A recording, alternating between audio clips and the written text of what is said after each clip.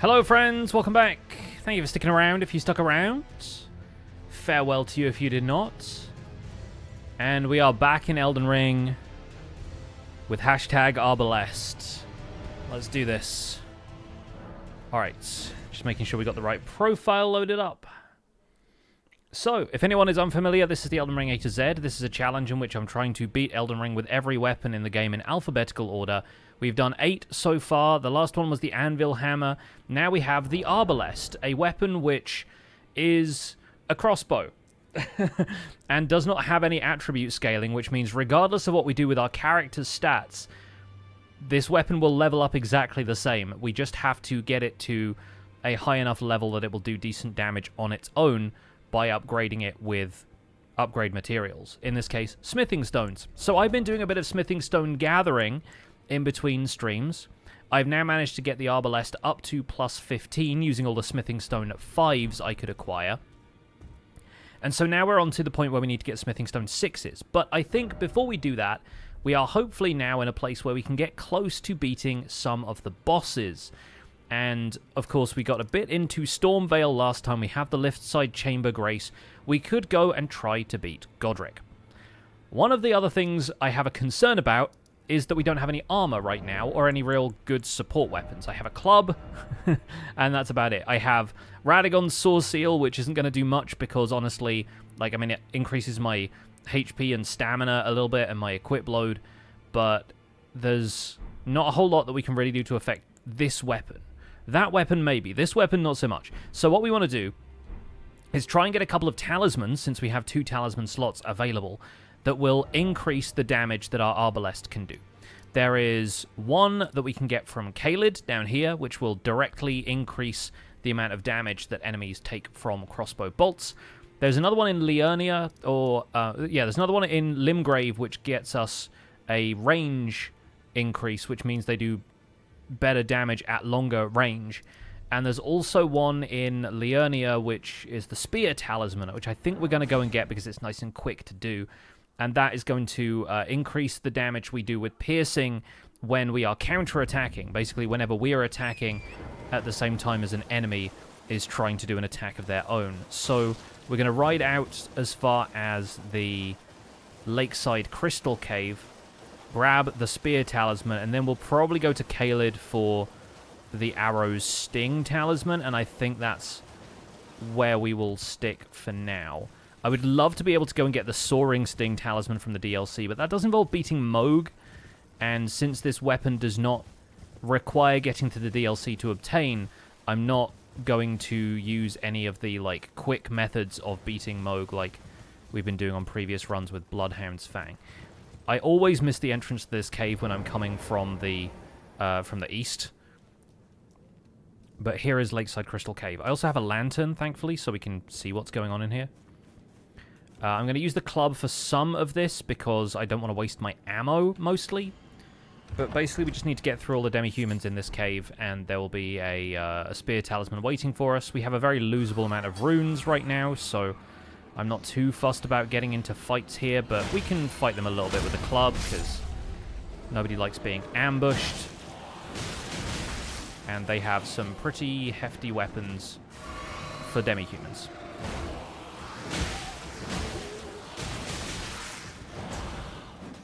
I do just need to make sure that I actually land some hits.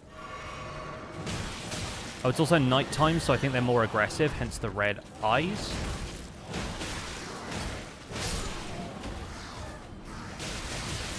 Ah, okay, they've got knives, it turns out.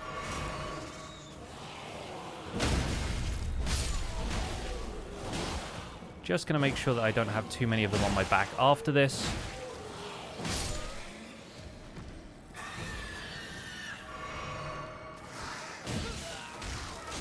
Okay, I've got them on my front instead. Yep. Lovely.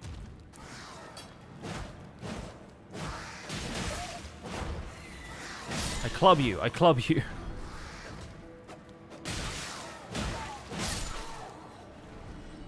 Alright, I need to get some decent armor at some stage. I am finding. Let me grab whatever these guys have. Yeah, bringing knives to a stick fight is absolutely accurate.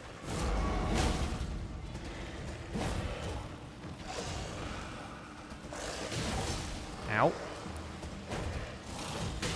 I can't even land my heavy attacks because they keep leaping around everywhere. Only thing I'm here for is what's in this chest back here, but just didn't want to be interrupted in getting it. You know what? It's time to bust out the big guns.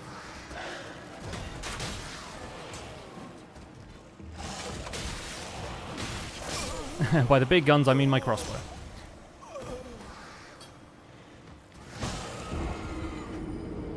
Yeah, the first rule of Club is hit people with Club. I should also add that I've not upgraded the club at all yet. Because it would upgrade with smithing stones, which is what I've been using to upgrade the Arbalest. So, yeah. Do we not have a Sight of Grace at the start of that? Did I just not activate it, or did I not ever see one? I can't remember how it's all laid out in there. J6 that you've been returned with tea. Welcome back. Hope you enjoy your tea. I also have tea.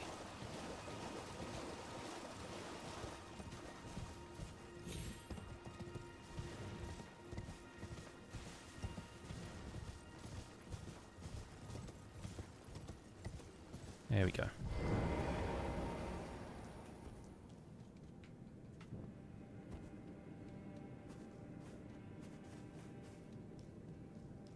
Yeah, did I just not activate this grace? Guess I didn't. Guess I was distracted by the chest. Weird. See, that's what I intended to do the first time around.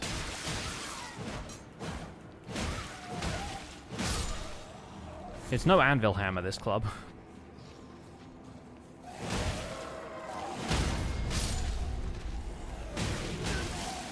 Oh gosh, they brought reinforcements. Quite quickly, it turns out.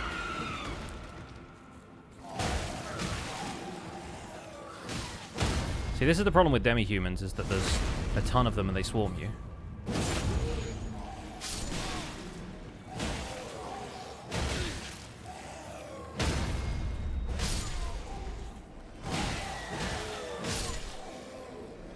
Okay, doing marginally better this time.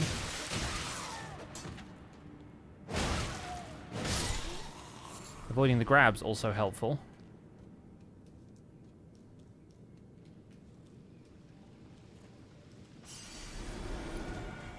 Oh, hello. You found me.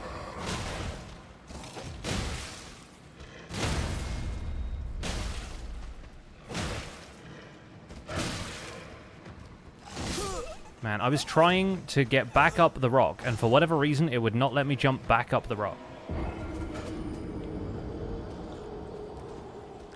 Can you tell it's been like a week since I played this? I'm struggling right now. At least this time I got the grace at the start of the cave, so...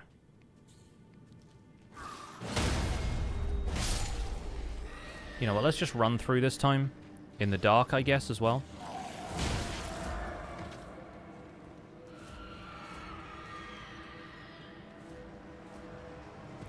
I think I never really bothered to wait and fight anything in here, which is probably why I end up winning on previous occasions.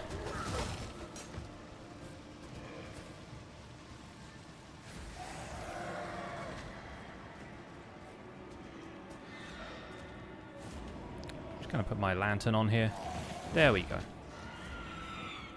If we wanted to get some summons from this cave, of course, Latena the Albinauric is outside of here, but then she only becomes your summon if you've already done Albinauric Village and gotten the first half of the secret Halig Tree medallions, so not going to worry about that. Still being targeted, so let's get out into the swamp some way and just duck into a bush. There we go. Alright, so now we have the Spear Talisman. That's one half of the puzzle. The other half is, as I said, down in Caelid. So I think if we go to Celia Crystal Tunnel and then run south, we should be able to get it from there. I'm honestly not sure how crossbows are affected by some of the buffs in this game. So this is another thing that I would like to experiment with at some stage, is like, you can't use things like, you know, weapon buffs. You can't use like poison armament or blood flame blade or any of the stuff that like changes the type of damage your weapon can do and gives it like additional statuses and whatnot, because the statuses are inferred on the weapon by or imbued rather on the weapon by like what type of bolts you're using. But like if we went in here and did the Commander O'Neill fight at some stage, like would the Commander's Standard give us the same sort of buff it does to melee weapons?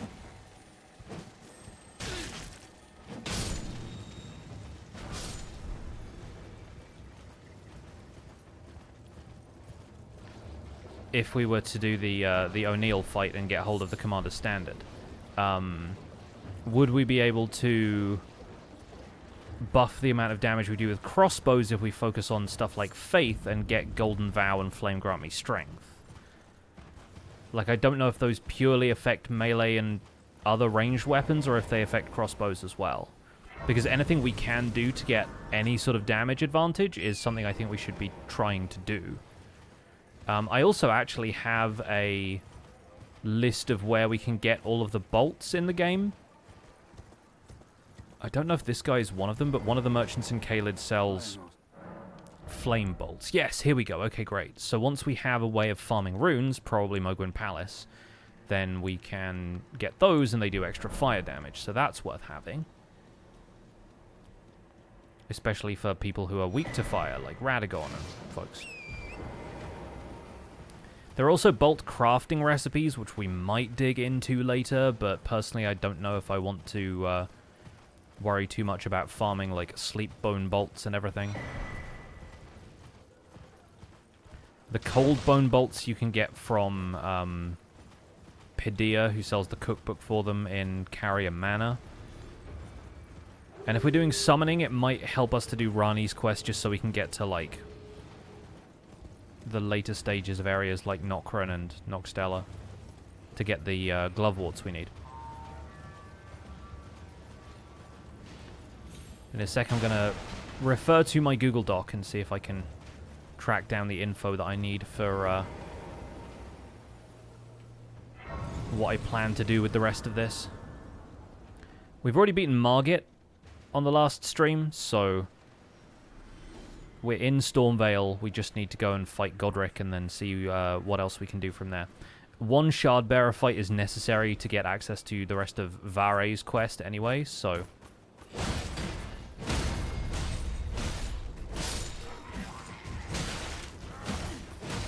get off the platform. Get off the platform.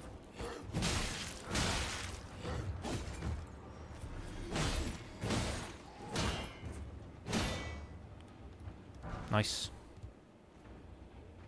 I actually wanted to, like, fully equip the crossbow so we could kick.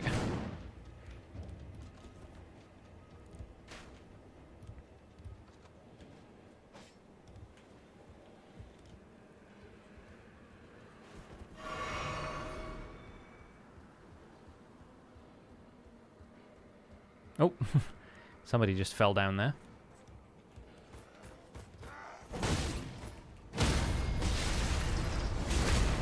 Oh, this guy's throwing pots at me, huh?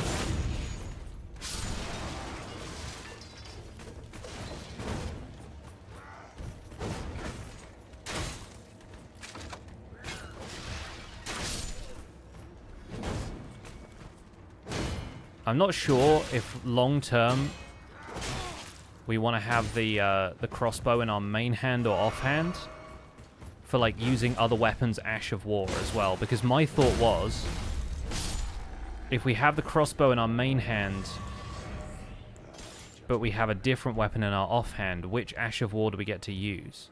It looks like having the club in our offhand, we default to the right hand weapon. Yeah, so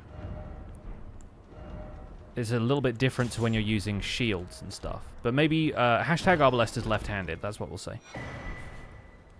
This is actually his main hand, believe it or not. So right, now we have the Arrow Sting Talisman, which raises the power that we do with bolts. Chillness Villain, thanks so much for the 28 months. Really appreciate it. Thank you. I think, as far as getting smithing stones, so I've done Celia Crystal Tunnel. I've done all the way up to that. We did Gale Tunnel and Ravine Veiled Village between streams. The next place we could go for Somber Smithing Stone 6 doesn't happen until later. So I think if we head back to Stormvale now, we're probably in the best situation we could be, short of just like farming runes somewhere else and buying different types of bolts. We're in a pretty good place to be fighting Godrick. What do I have in terms of mixed physic tiers? I guess the strength knot isn't going to make a huge amount of difference because it doesn't do anything to our weapon scaling. So, I mean, physic-wise, we could focus on getting stuff that's just helpful to defense, like Opal and Bubble Tier and stuff. We don't have any spells or anything. Flask-wise, I think we're probably just going to allocate to health, and we still need, like, 10k to level up, so Godrick will get us a couple of levels, maybe. Outside of that, like, summons is basically the only other thing that we could really do right now, while staying within the spirit of this character that we're trying to build. So, let me quickly open hashtag Arbalest shopping list. Oh, that's what I wanted to do. That's what I wanted to do. Right, we'll go back to Liurnia real quick. And from, I think from South Raya Lucaria Gate, we get the warp to King's Realm Ruins. But if we go from Crystalline Woods, we can swing by where the Jellyfish Shield is. Because the buff from this apparently is pretty good for if you want to use a crossbow as a primary source of damage, because it doesn't cost a whole lot of FP and increases your damage by a reasonable amount quite quickly.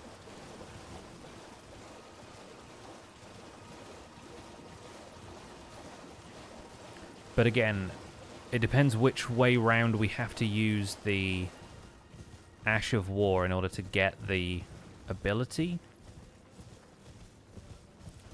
But if you come up here towards Foot of Four Belfries, just beyond the Grace over here, you see some red jellyfish floating around, and they're floating around in front of a cart which has the jellyfish shield on it.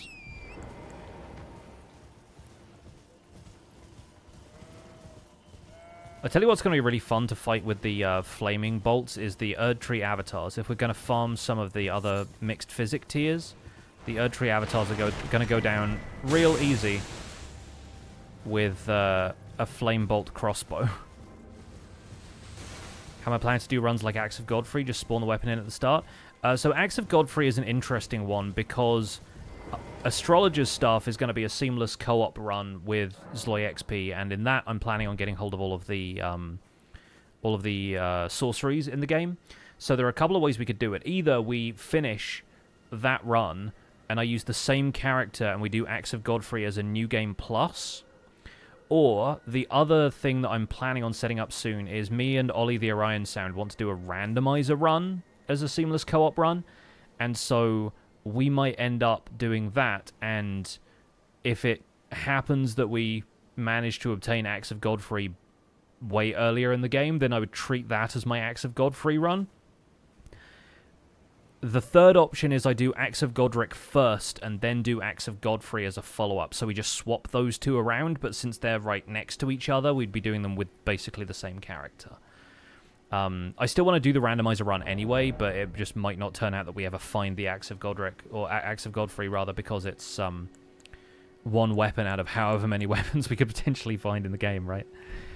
So yeah, but the idea with any of the weapons that are available from basically like Farum Azula onwards, I feel like is the cutoff.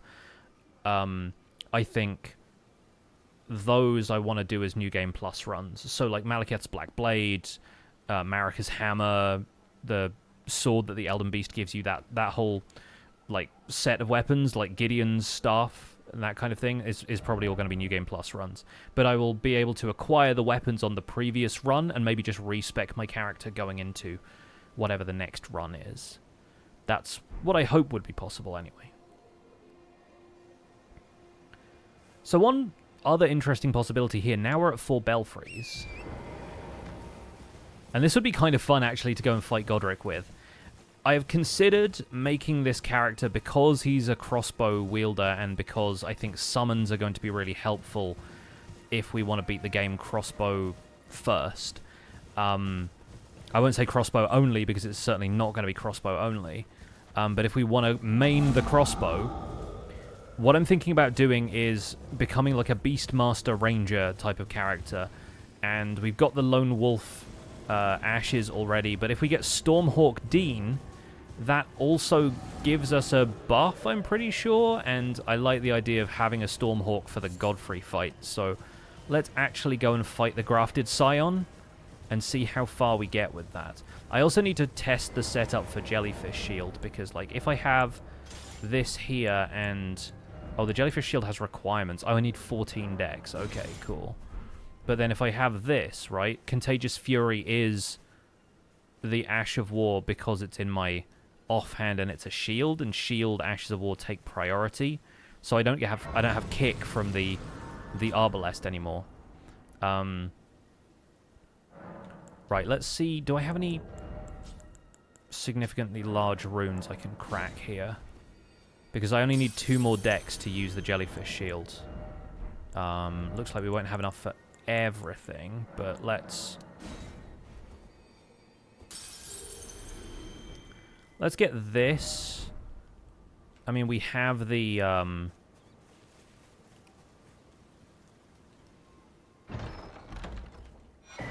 imbued sword key. We have the grace here at 4 belfries. I'm gonna go to Stormhill and just fight a few of the giants that drop like 1,000 runes each, maybe. Oh no, wait, hang on. The other thing I could do, we can come out into the lake here and we can shoot down some of the balloons that have the puppets in, and they drop really decent-sized runes, I think.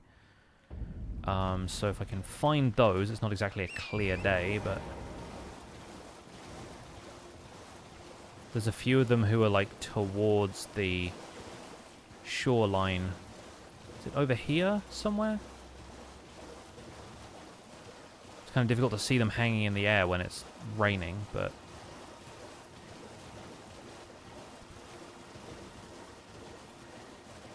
No, I forget exactly where those are. There's a few of them around here and there, but over there's the dragon. I don't really want to tangle with the dragon right now. Or the lobsters, for that matter. Let's go to Eastgate Bridge Trestle and then go northwest from there. Why have you always heard that as Axe of Godfrey? Because he, I guess, gives out a lot of insurance policies? I don't know.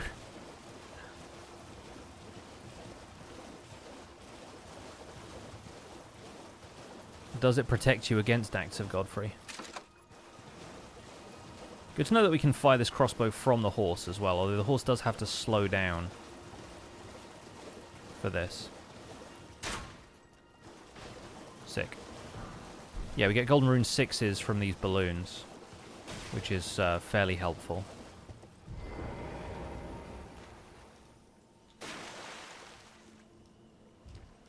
We'll grab this grace just in case we want it later, because if it turns out that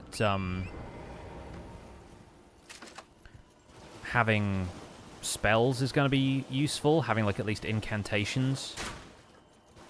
Like if we want to do like a Beast Claw incantation thing, which could work really well for the whole Beastmaster Ranger idea, actually. Like we could have whatever the Bestial Healing incantation is. That'd be really good for a tank build.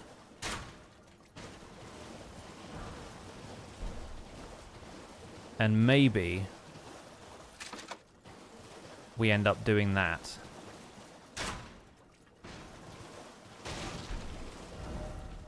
Okay, back to 4 belfries. Need to find Godfrey's broker first? Yeah. Okay, now, yeah, these are all 2k each, so that gets us an easy 10k. And that should be enough for 2 more levels, which means Jellyfish Shield is viable. Perfect. Yeah, we started as a wretch, as you can probably tell from the attire, so, yeah, this is where we're starting from with all 10s in our stats. Unfortunately, all 10s is not great, because we are not a diver.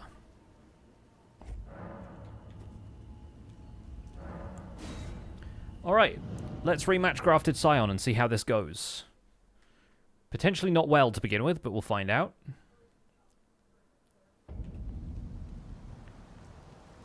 We do at least have the Spear Talisman and the Arrow Sting Talisman, so that's a start. Okay, that was already loaded. Good to know. So it keeps the load even through.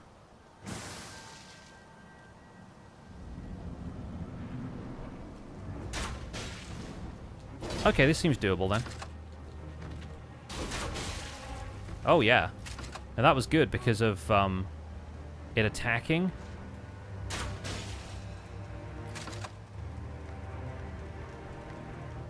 Come on. Big mistake. Attacking me was your first mistake.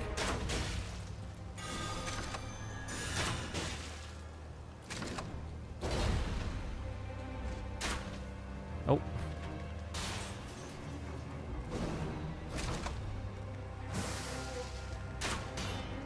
Okay, so it blocks, but then... Yeah, easy.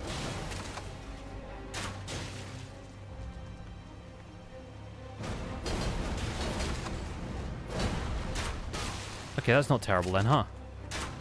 Pretty good. Okay, alright. So we can take on bosses like Scion. I reckon we'll be fine with Godrick, at least for now. How long has this playthrough been? This is only day 2, and we've done basically like 2 hours worth of setup for the character beforehand. So far it is, yeah, 2 hours and 42 minutes, because I did a bit of smithing stone gathering between streams. That's basically it.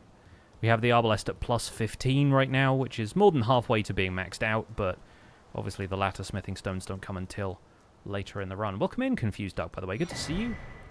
Welcome to the stream. This boss looks like a fantasy General Grievous. Pretty much is, yeah. Pretty much is. Health problems and all. Do I have any of the... No, I don't have any of the Gloveworts yet, because we haven't been to Shifra River, so... We could maybe do that as part of Ranni's quest. I think for now, at least, we can get in to fight Godfrey, or Godrick, rather, and I'm sure we'll have a decent enough time with Godrick, because he's attacking quite a lot, so we can counterattack with piercing talisman, spear talisman. The other great thing is being able to just crossbow these birds. Although... Got to time that fairly carefully, at least.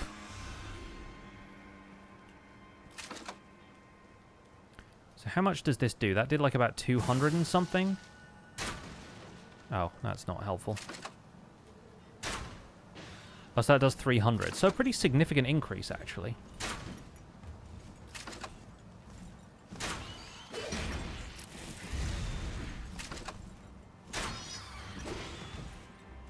Yeah, I guess the main problem is we can't like reload mid-air or anything. Oh, it's a crossbow off. Never mind. I was quicker on the draw. All right. Oh, we get a golden seed from over here as well, so that's good for our flasks. We got 8 so far. Be proud. You were a fine one. This guy's got a smithing stone 1. Well, tarnished. I am the fellow. I'm here by decree. How utterly this grafting is tainted the If you I ask you call the winds run, I'm certain. Apologize, fellow, down whatever road. Alright, now Nefeli could be helpful in the fight against Godrick, because having an extra body on the field for ranged fights is often a good distraction. Gives you more time to get in there and take the shot, you know? But, of course the game starts to jitter when I'm running away from these guys. I won't summon Nefeli right away, and we'll see how I do. But I reckon we'll be okay for the Godrick fight. What ending am I choosing in this run? I don't think we're going to be doing any of the alternate endings, because none of them really, I think, suit this character. At least not yet. Of course, I already loaded the thing, and the arrow is just stuck in the fog wall. Alright, yeah, not a whole lot else I could do with this, so I guess we're just gonna go in. Alright, here's Godrick's cutscene for anyone who hasn't seen it, which is very few, I guess, but... Mighty dragon, thou'rt a true-born heir. Lend me thy strength, O kindred. He's a very well-adjusted man. Deliver me unto greater heights. Well.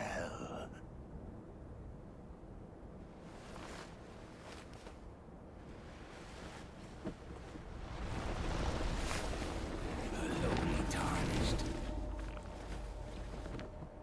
playing as a lord. I command thee, kneel! Yeah, he has too many fingers, obviously AI. I am the lord of all that is golden. Speaking of AI, let's see how his AI reacts to being attacked at range. By rolling, mostly.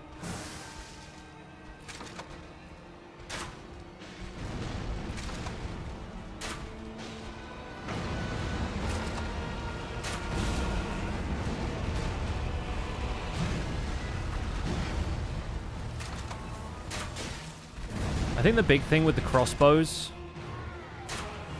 the major concern I have, is having to reload. Okay, and he has iframes during that, or his hitbox changes? One or the other, I'm not quite sure. But that's a weird one.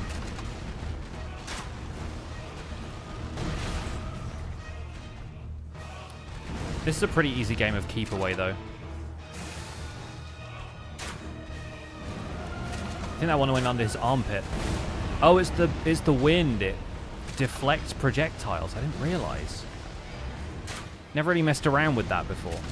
But yeah, I literally saw that kind of like tracer style tail that the arrow has gets like rebounded off the wind when he does that. That's really interesting.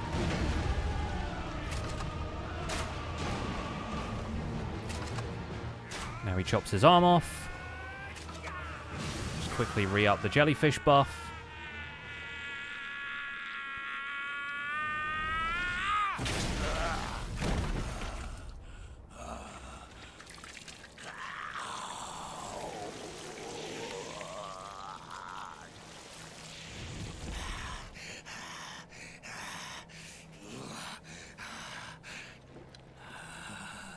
Truest of dragons,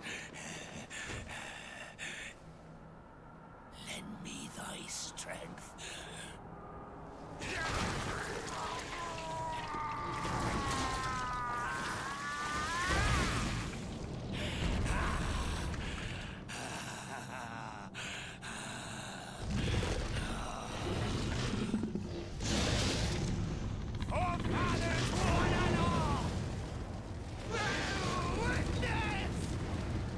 Yeah, this is a weird cutscene, yeah.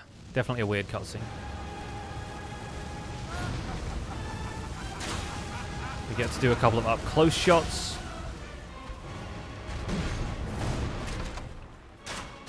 He is the lord of all that is delayed attacks.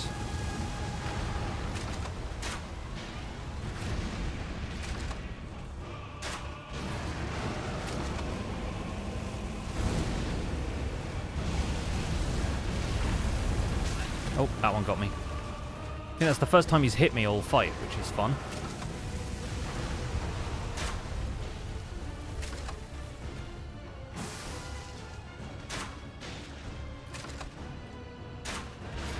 Yeah, for slow-moving bosses like him and Mohg, I think the strat really is just to go end-to-end at the arena.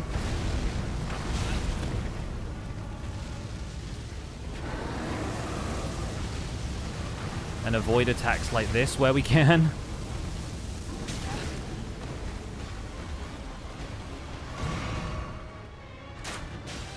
Which wasn't the most elegant way I'd done that, but... yeah, the arrow comes flying back at me, which is pretty fun.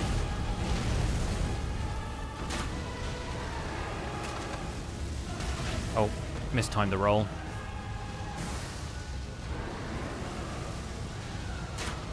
That one's going to get a couple of really easy counters because the attack lasts for a really long time and he's just dead. Alright, not bad. Not bad, Godrick. This game looks impossible. You're still stuck on Jedi Order boss fight? I've not really played many of the Star Wars games. I know Star Wars Outlaws is on right now and a lot of people are playing that. Everyone who was playing Elden Ring is now playing both Star Wars Outlaws and Black Myth Wukong, I think. Alright, so the good news is that gets us through Godrick, which means that Vare's quest opens up.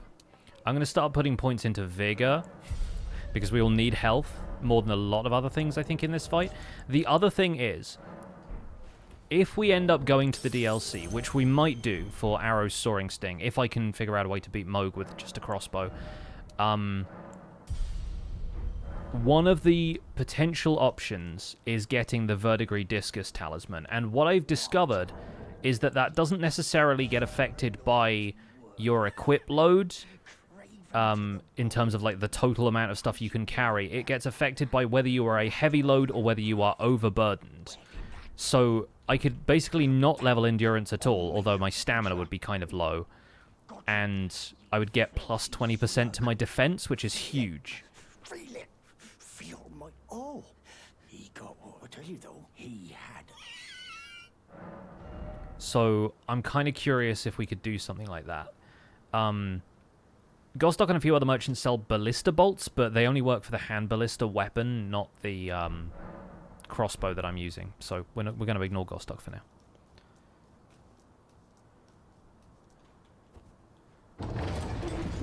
Weird to see him playing Sooty with Smaug. Yes, yeah, he's got a dragon hand puppet, and he's not afraid to use it. So, we've beaten a couple of bosses now with just the crossbow, which is reassuring, although I'm really not looking forward to fights like Malekith and Radagon. There are a few of them that are actually going to be really, really tough. For now, at least. We've already been to Leonia. I don't know why I'm running out this way. We can go and see Vare at the Rose Church. And we, I believe... Have I done Fort Height yet? I have both halves of the Dectus Medallion, so I've at least been to Fort Height. I don't know if I've been back to talk to Kenneth about that. Oh, I have. Okay, yeah. I think I did the Kenneth Height stuff as well. Just because it made sense. We could also go and talk to Blythe here. We could maybe do the Darrowil fight, because he doesn't really have a great way of like blocking crossbow bolts, so he wouldn't be too difficult. But I don't know if that really gets us anything other than somber smithing stones for doing it. And so I don't know if that's really necessary. Yeah, I'm trying to think. I'm not certain what kind of order we want to do stuff. Either way, I think Vare's quest is going to be really important to do just so we can get to the point where we'll level up and be able to equip more equipment.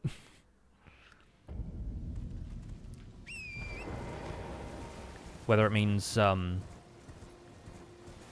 just having more vigor so that we can survive a little bit longer, whether it means putting points into faith so that we can start using incantations. I think one of the major reasons to get to Vare at this point is so that we can get hold of the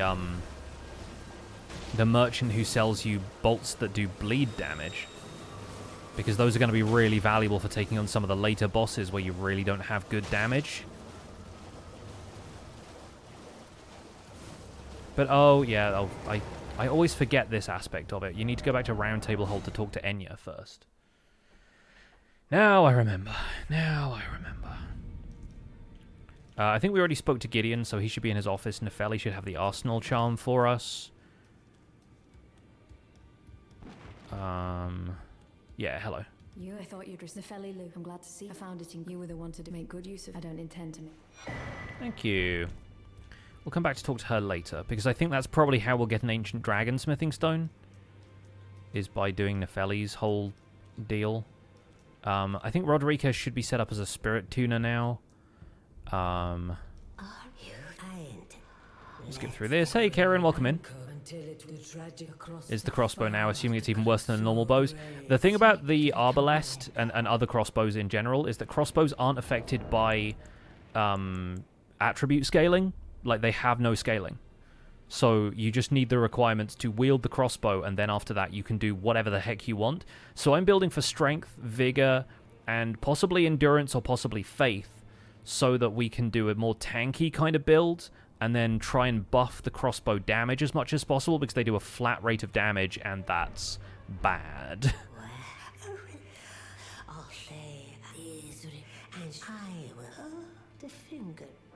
But one of the pieces of advice that I found on the wiki, if you're using the Arbalest, people said it has a pretty... Of the crossbows, it has the highest base physical damage, which is okay. Using the Jellyfish Shield for Contagious Fury, because that gives you a better, like, attack value. Like, it buffs your... It's like an aura buff, I think, and that's going to affect your crossbow damage as well, where there aren't really many weapon buffs, and that can take the maxed out Arbalest damage from 300 up to about 500 and something, plus Spear Talisman, Arrow Sting, maybe Arrow Soaring Sting if we get to the DLC. We can also get the Arrow's Reach Talisman if we don't, and then there's a couple of other talismans that might be able to give us some minor damage increases. Killed Elden Beast with a Holy Weapon on New Game +2 yesterday. It feels like I peaked. Nice. Nice, great work. Yeah, so let's go see Vare. We can actually go to Rose Church now. There's the Sharpshooter Talisman behind Gaius in the DLC. Yeah, I don't really want to go through Gaius on a crossbow main run, even though I guess attacking him from range is not the worst thing in the world. But also, I don't tend to, like, free aim with the crossbow all that much. Like, I only tend to do that when I can just snipe things, and at that point, I'm not really at risk of getting damaged anyway. I'm just picking stuff off from a distance with headshots. I don't tend to free aim much in boss fights. So I don't think it's really worth it going through everything at Shadowkeep and Gaius. But I like the idea.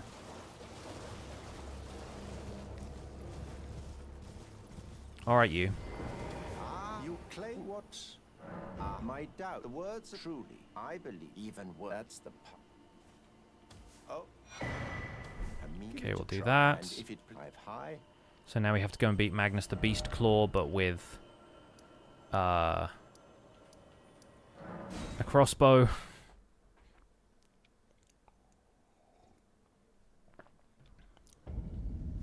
Yeah, Arrow Sting and Soaring Sting do stack. It's just a matter of getting there and obtaining it. So I just have to get to the DLC, which means beating Radahn and Mohg. Radahn should be okay. I think Mohg would be a challenge, just because of his health threshold. Like, he has a really high HP pool. We're going to grab this.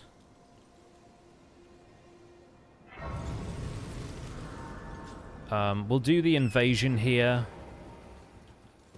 so that we can maybe get the Purifying Crystal tier later. I'm also going to run over here and grab this Golden Seed, because I think that will get us enough to add a flask.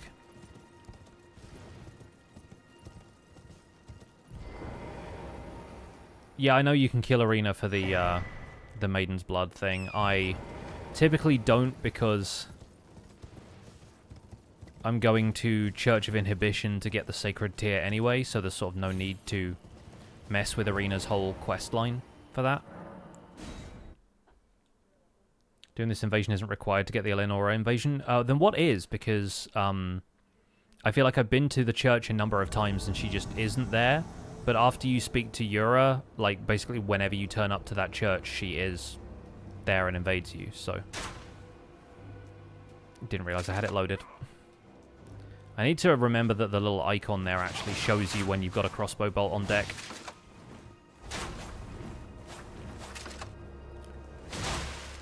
This is also highlighting the fact that NPCs are going to be some of the most difficult things to fight with this.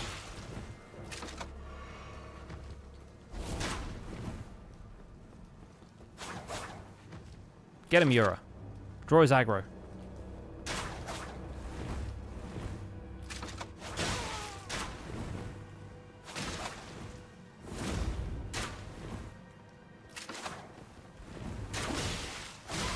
Okay, I can't remember. I can't tell if I got him that time or if Yura did, but I think I might have stopped his follow-up attack there.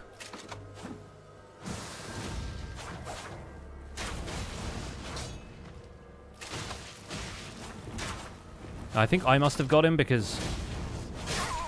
Oh, okay, Yura's dead now, so this is going to be fun for me. Oh, and of course he heals. Nice.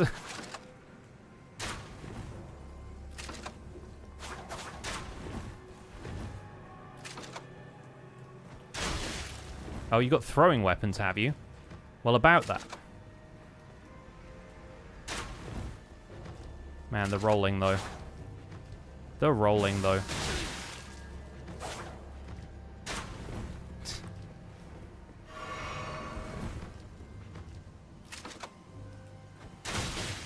Okay, cool. It doesn't do a ton of damage to me when he throws those, and I can do a pretty decent chunk of damage in exchange, plus he stands still, so we'll try and bait out that attack. We'll get the ranged attacks off of him. Come on, bud, you can do it. I believe in you. Nice, okay, cool. I'll take it. We take those.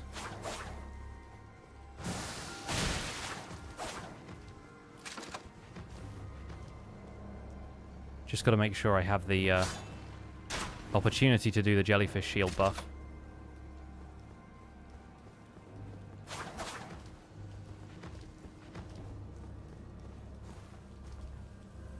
Come on, throw the knives. You know you want to throw the knives.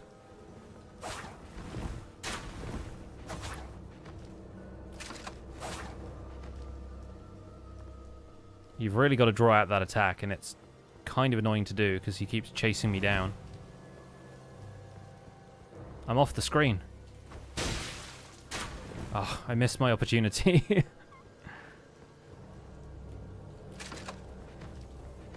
Come on.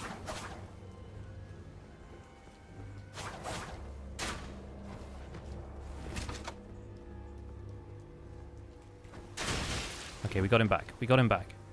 He doesn't have a flask left. That's the other thing.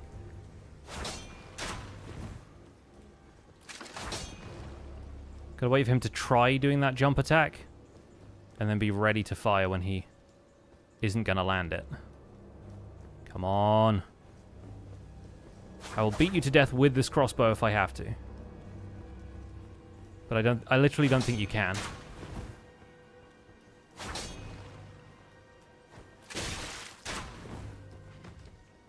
He interrupted me out of the loading animation, but I still got the shot off, so that means potentially some interesting stuff for later.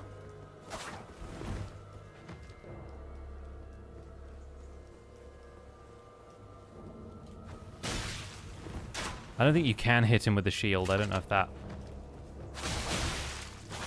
I can block him with the shield.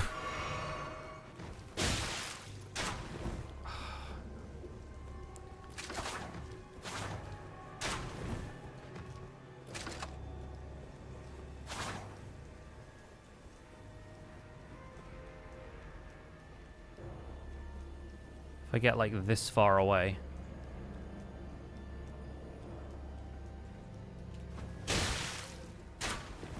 Man, something about, I think, if I'm trying to shoot him as he hits me, I think it interrupts my attack. Sometimes.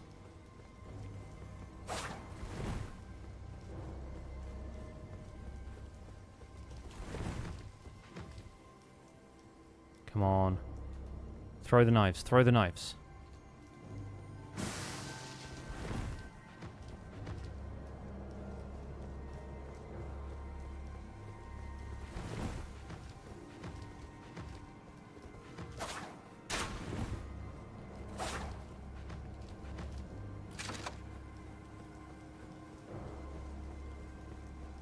Genuinely so annoying. Okay, cool. We got one off whilst the jellyfish shield buff was active, so happier with that.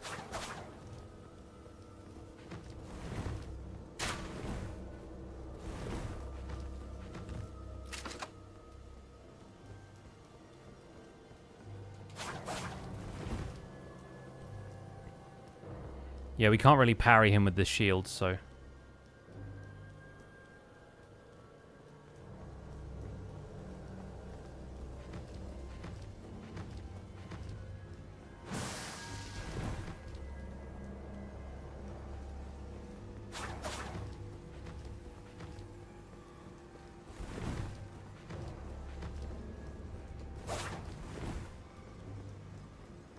Come on, dude. You can't get me. Gotta use ranged attacks to get me. Ah. You piece.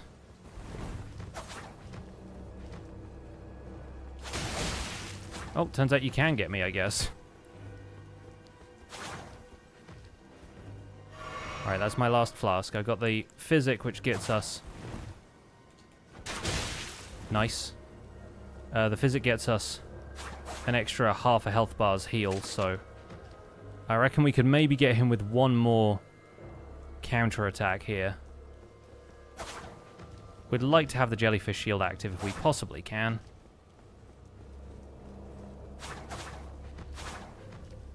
There we go. There's our window for it. Come on.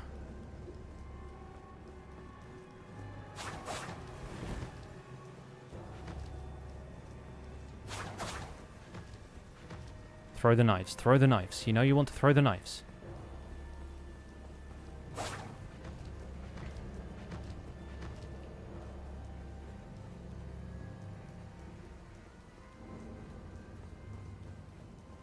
Or check your health flask. One of the two.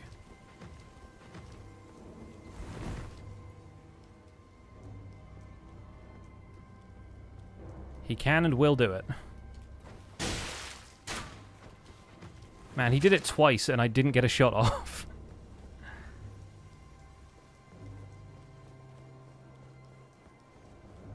That was just rude.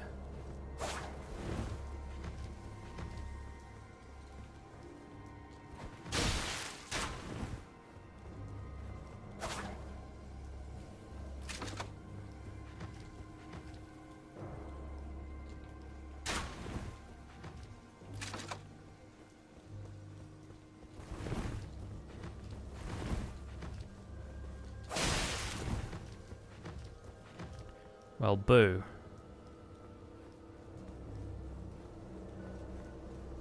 You can't get me. We run at the same speed.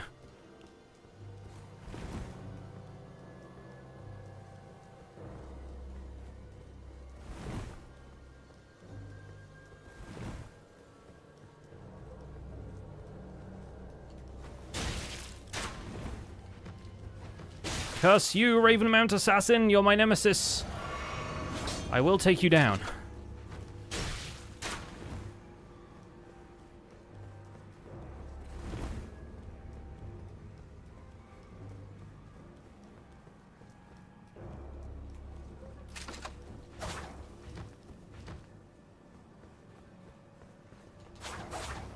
Oh, that was close.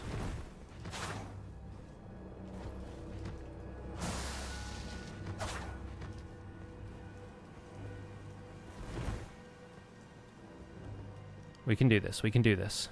This has been the longest boss fight we've had so far. Boss fight in huge inverted commas. We got him. Yes. Oh, thank goodness for that. Okay. Whew. Thanks for the rune arc. Crossbow only? Basically.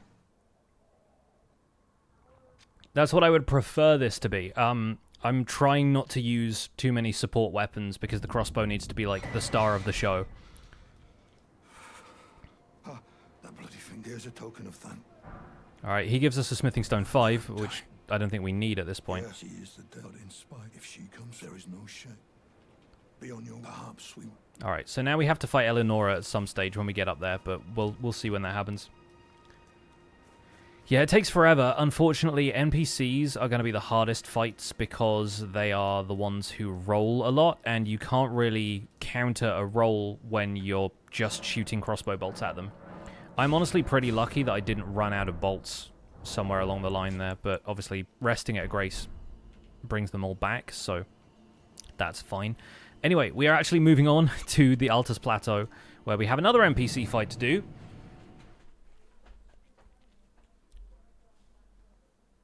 But this one, thankfully, we can just lose multiple times in a row and it still counts, so I'm honestly not that worried about it.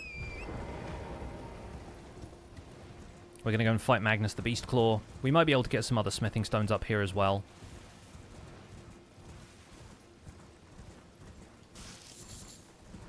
But yeah, completing Vari's quest will at least get us access to the area where we can farm runes, and that will basically fund the rest of the run as far as getting more bolts goes. Excuse me. The Gideon fight's going to be brutal with the crossbow. I'm not looking forward to it. I've seen crossbow-only runs go reasonably well for people on, like, YouTube before, but they aren't restricted to just using the Arbalest. They're restricted to using just crossbows, which means they can use the pulley crossbow that fires off 3 shots at once, and that's way better for stacking, like, bleed and whatnot. I have seen, I think, one playthrough, which I haven't watched fully, but they were using only the soldier's crossbow, which is even worse than this bow. So, yeah, I'd be kind of interested to see how they did that.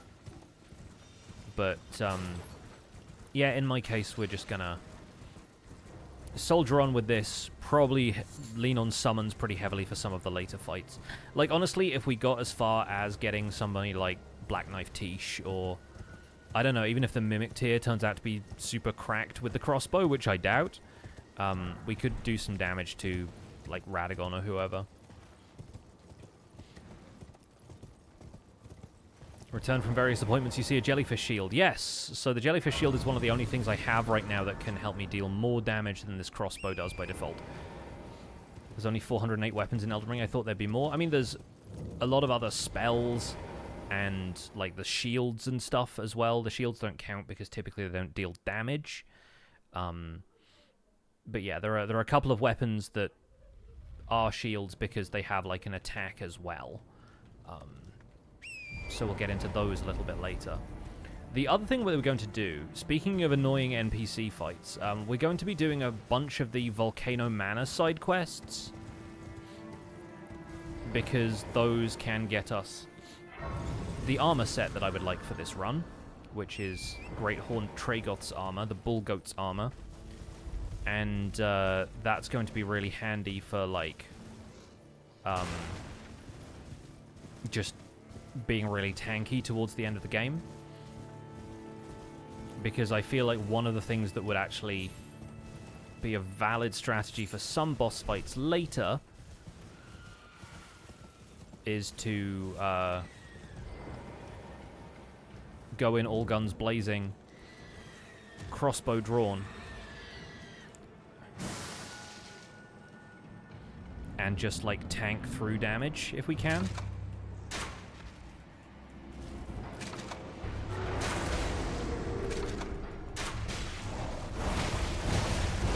Oh yeah, okay. Cool.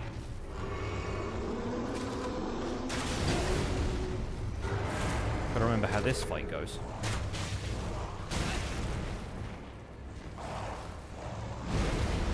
I'm too used to this fight being easy because I have an actual weapon, but...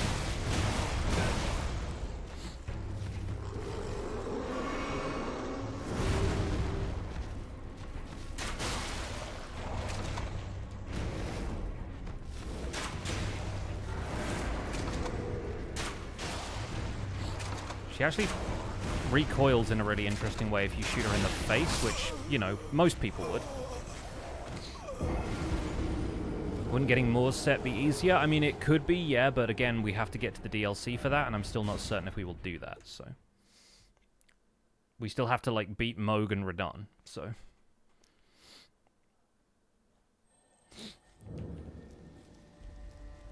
Does feel thematic that the kind of person hashtag Arbalest would be is someone who leans on summons and takes credit. Harsh. Harsh but fair.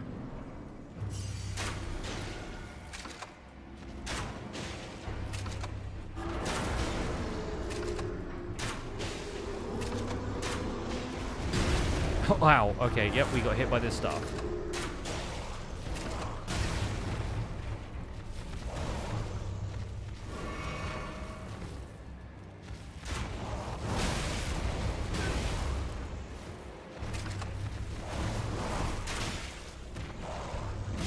Yep, thought so. Okay.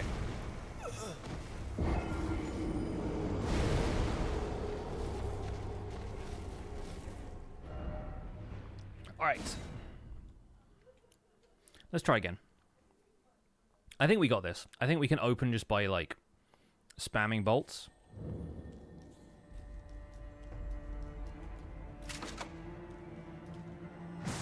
And beyond that, it's a matter of dodging better.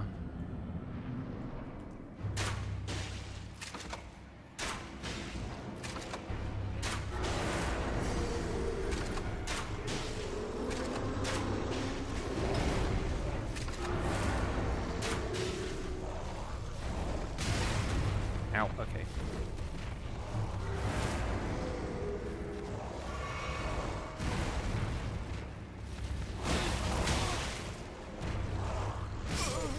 Okay, I died in literally the same place.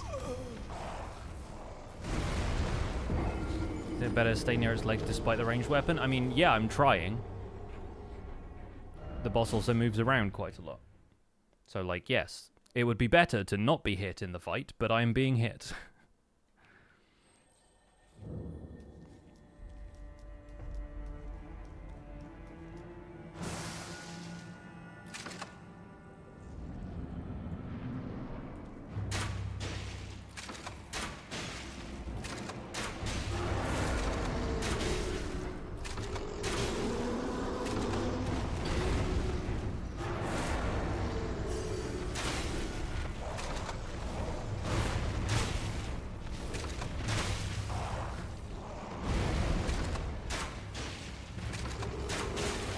I think the problem with any large boss in this game in general... Okay, that went better. The problem with any large boss in this game in general is that when you're sticking around near their legs, which is the safe place to be, you can't always see what they're doing. And if you're not as familiar with the boss, their attack patterns are obscured by the fact that you're up close, and it makes it more difficult to react to stuff. Even though most of the time you have an easier time reacting when you're that close, because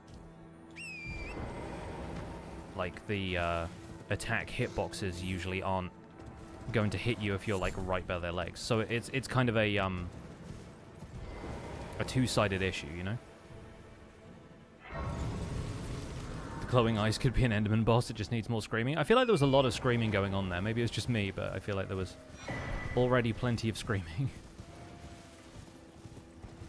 The shield goes red when you're fighting? Yeah, and when you use the Contagious Fury skill. But yeah, the whole jellyfish thing is both pretty cool and also very sad. Alas, they tend to fight back. Yes, they do. Shield can be a dainty parasol when on horseback? Yeah. Will I use armor along with the heavy shield to tank in this playthrough? That's the idea, yes. I'm just like, I'm going for a very specific armor set, and I haven't got a whole lot of stuff in the meantime. Being a wretch basically means that I haven't had any armor to begin with, and I'm saving a lot of my money for acquiring crossbow bolts rather than doing a ton of, like, armor acquisition. Like, whether it's farming or buying stuff from merchants. Captain Toda, thank you so much for the 6 months. Really appreciate the resub. Thank you.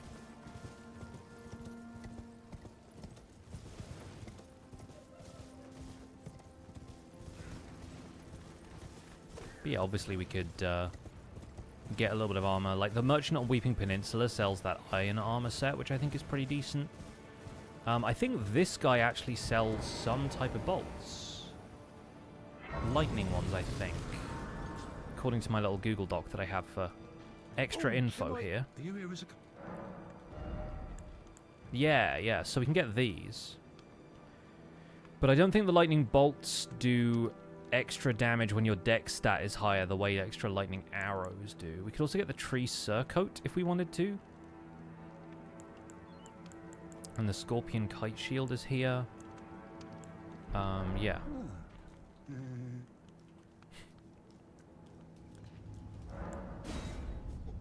Use the shield as a pool floater, yeah.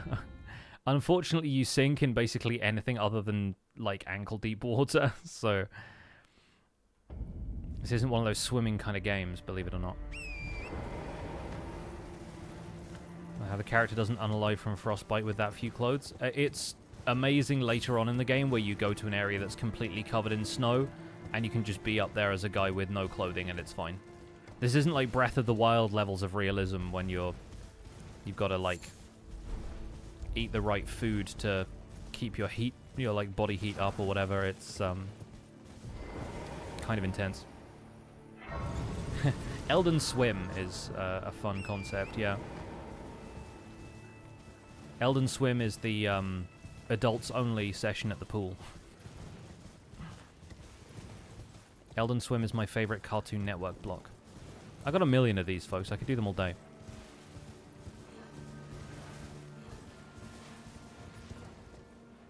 Elden Swim is me last Friday when it was actually sunny enough to go in the sea. Isn't that just another crab's treasure? Also a good one, yes. Right, let's go fight Magnus the Beast Claw.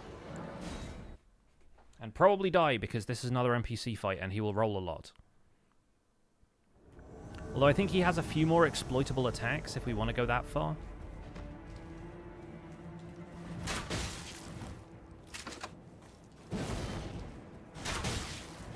Like, he does the Beast Claw incantations a lot. He also attacks real hard, so he does this, which we can counter. Yeah, okay, so we might be able to beat him if I'm a little judicious about when I attack. But it does mean keeping a crossbow bolt on deck just in case. Ow.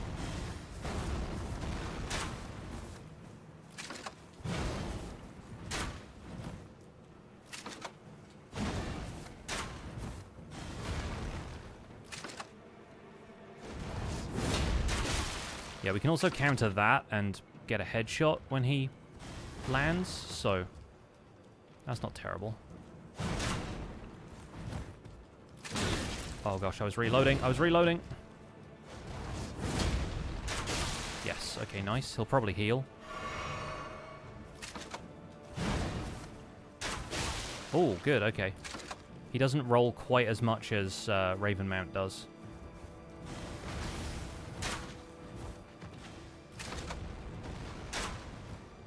Don't know where I was shooting that.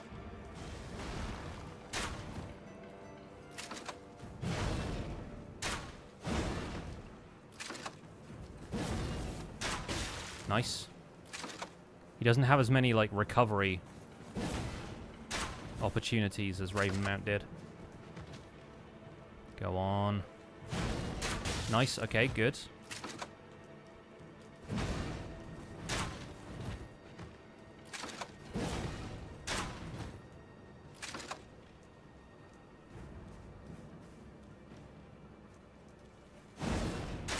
Nice. Ow. Oh, cool. I hit him after the roll. That's worth it.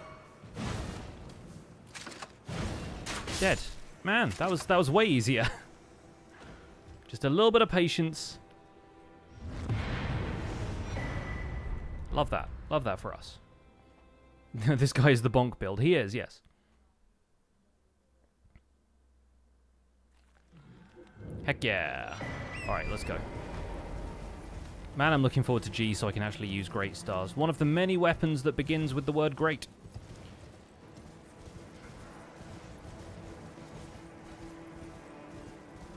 Just in time? Yeah, more or less. We are doing some questing. We are mostly just trying to get Vare's quest complete here, but if I hop down here, I think I'm probably just gonna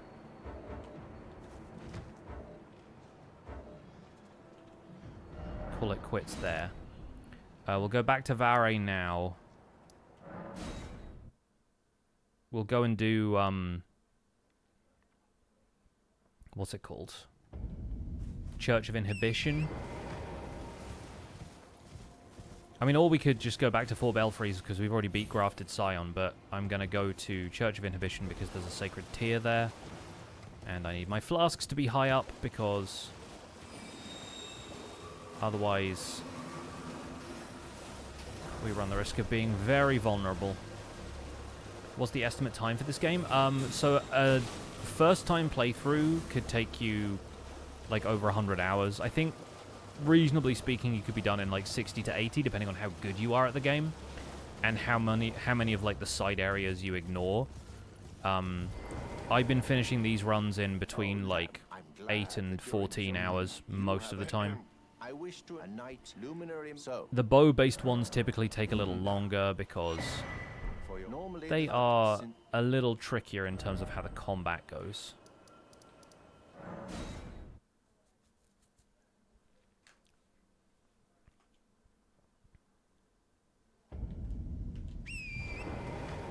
But yeah, my first run of this game was 130 hours, my first full playthrough, and even then I didn't get to do everything and go everywhere, so there's a lot of content in this game.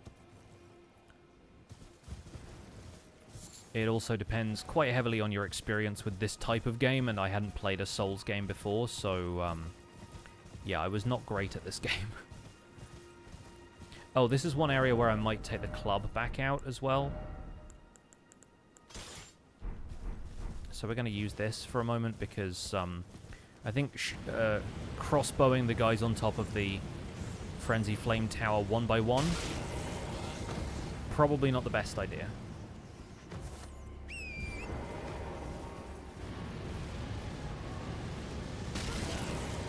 Also, having no armor for this bit, not the best idea.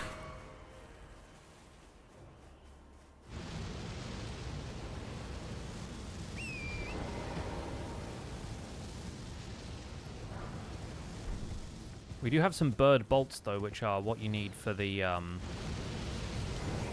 get bleed on a crossbow. Oh, this is not fun. Where did that rat go? Where the heck did that rat go? Alright, you missed. Good. We're up. We're in. Rats can't climb ladders, it doesn't matter. How long did the run with Zloy take? I can't remember, actually. I just remember how many streams it was, which was a lot, but then we were also,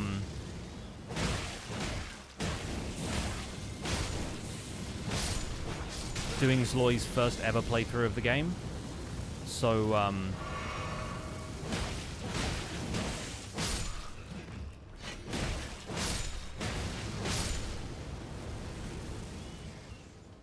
is the other guy down there still alive? Or did he die? Okay, I think he's dead, because the tower isn't on fire anymore, so congrats, we did it. We might get Howl of Shabriri just because it is theoretically something else that could buff our attack later. And the rats are still angry, so let's leave.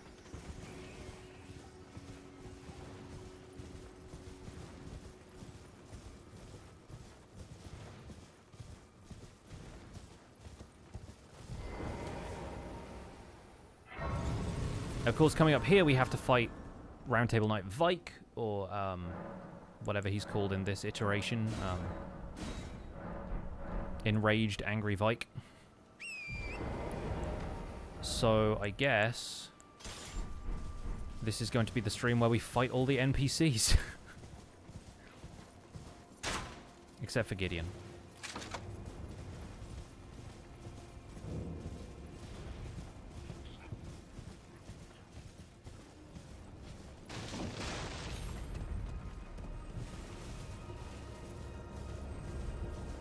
Big Mad Vyke, yes.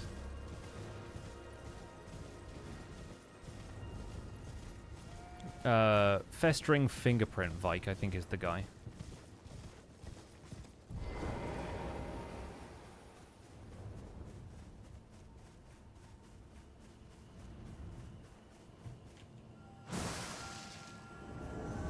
That's the one.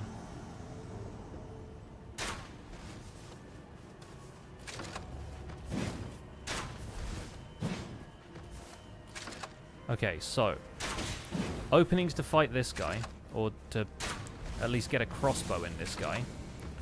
When he does that spell, basically when he does any of the incantations, we have the chance of interrupting him mid-cast. Also maybe as a counterattack to some of those moves, but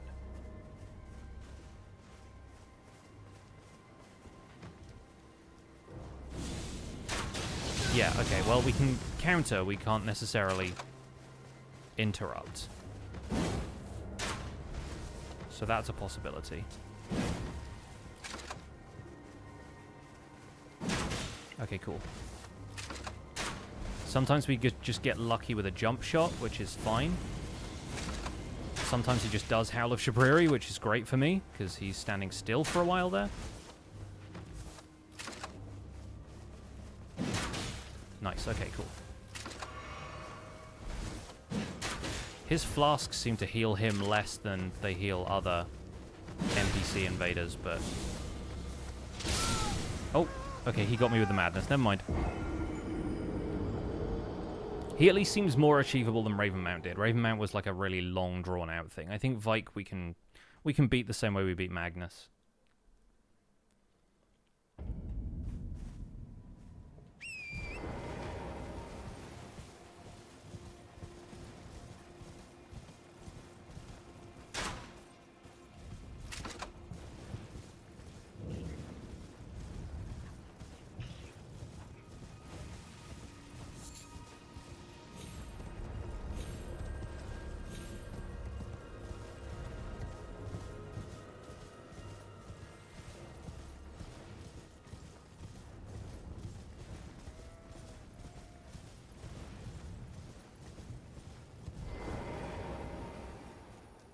NPC Invaders sounds like a good name for a game.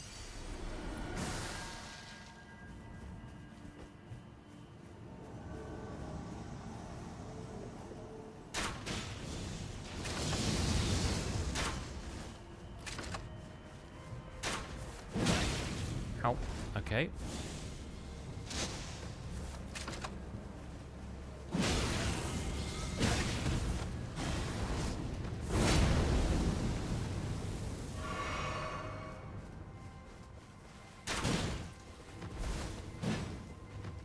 Ideally, I need to be able to see this guy, so out of the bushes would be nice.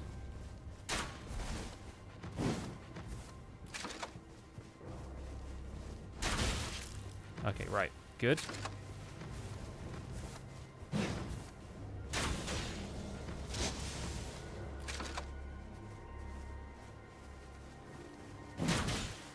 There's a range that he gets into when he's like, he commits to an attack. Like when he's running at you like this, you can usually get a shot off as he's like rushing up towards you like that. Okay, where was that shot headed? Because it was not at him.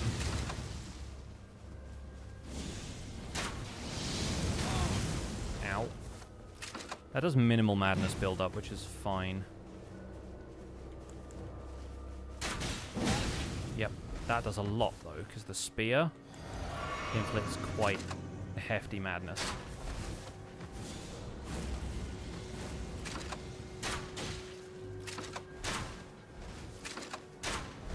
Okay, cool.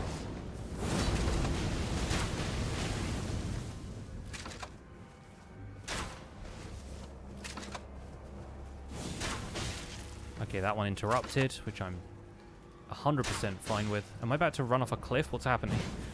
Oh god, I was. He was literally driving me towards the cliff.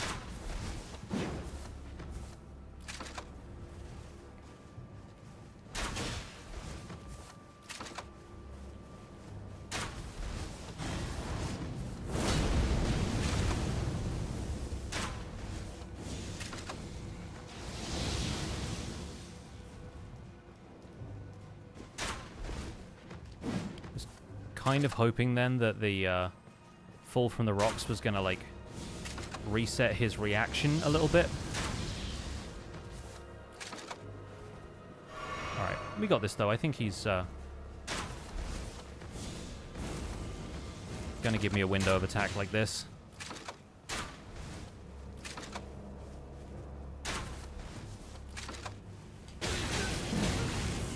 Okay, and then he's just gonna take me out anyway. Dang it, dude. I thought I could roll through that and like around him, but turns out I was just rolling onto his spear. It's because I said we got this.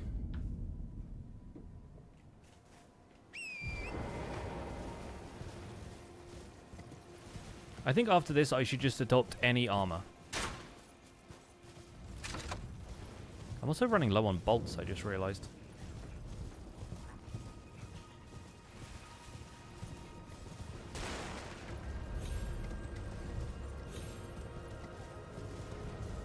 I shouldn't use 57 bolts in this fight, but it depends how frequently I waste them.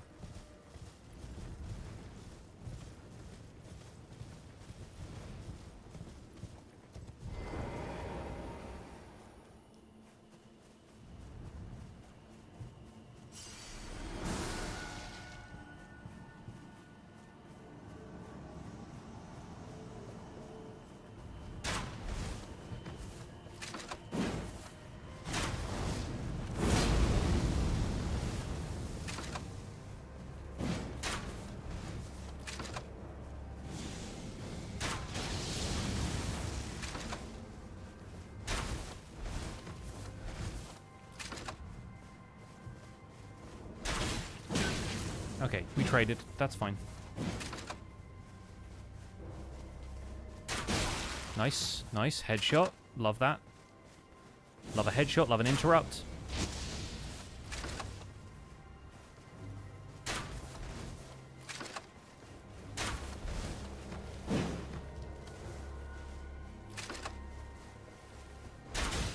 Nice. Good. Ow. Alright, yeah. Oh, no, dude.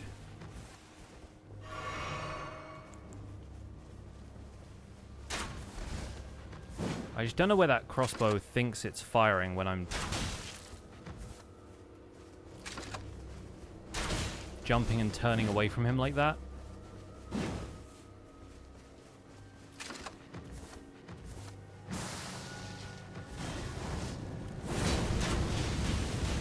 Okay, that at least felt like we got a decent hit because of the spear talisman.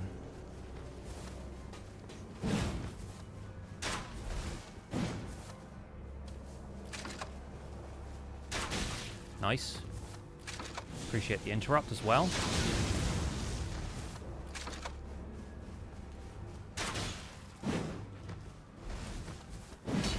Nice.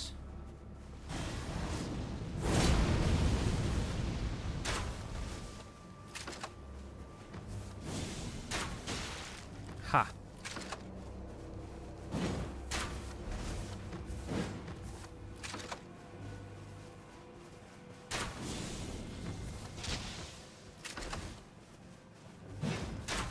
Yeah, okay, cool. Okay, cool. We did it. Get wrecked.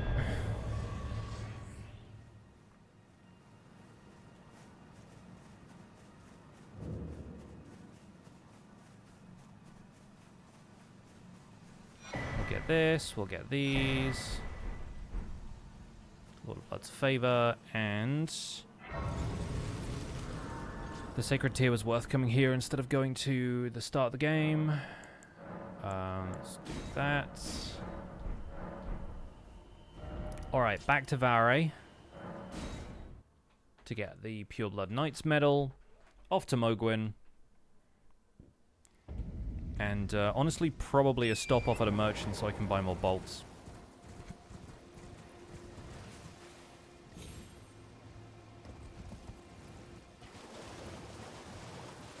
So, having access to the merchant at Mohgwyn Palace for the bleed bolts is huge.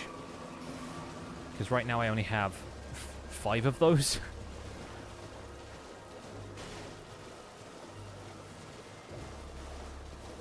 Yes, now we are joining forces with Ansbach,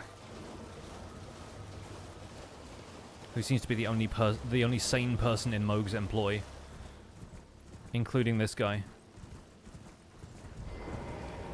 You've complained with this a knight. Now, this. We're gonna do the finger thing.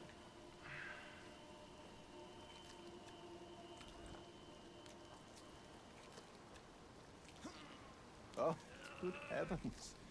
Clench your teeth or something.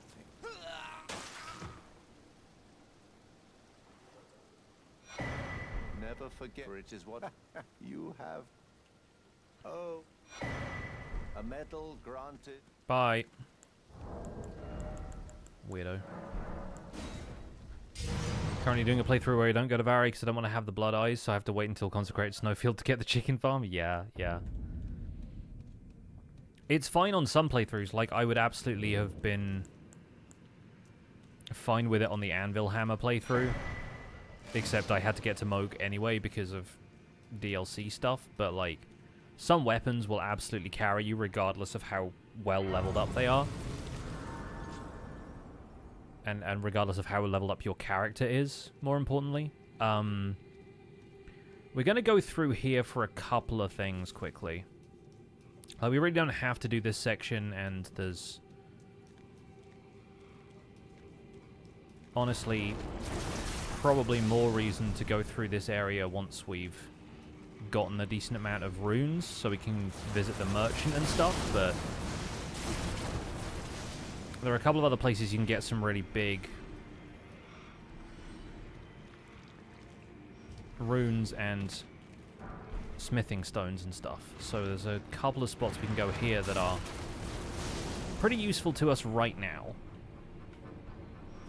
But I'll show you where we're going to go for the bolts, because I'll probably end up farming some birds between streams and doing some of this stuff off camera. So the way we're going to do this is that right here an enemy spawns on the left, but he's actually guarding access to this merchant. So when we go here, we're going to quit out, and then coming back in that position should reset the enemy's aggro, allowing us to just trade with this merchant without having to deal with the Sanguine Noble following us. It's funny how you tell him to... He tells you to wait to use the medal and then you use it right in front of him? Yeah, always. Like, I always tell him to shut up and I just use the medal immediately. Jim, are you here as a customer? So this guy sells these, of which we can currently buy 74. He also sells some of the ingredients you can use to craft, like blood grease and stuff, and he sells them perpetually, like he doesn't have a limited stock. I'm afraid He has a lot to offer. So a lot of people kill this guy so you can just use his bell bearing back at Round Table Hold and buy all of those items off of the Twin Maiden Husks, but I'm not going to do that because I'm nice. That sounds like the Anvillain would do that. What does that guy know anyway? We're going to grab this. We're probably going to come back for the Great Grave Glovewort later. Unless we do Rani's quest, in which case we'll just get one from Nokron anyway. Anvillain, I hardly know her.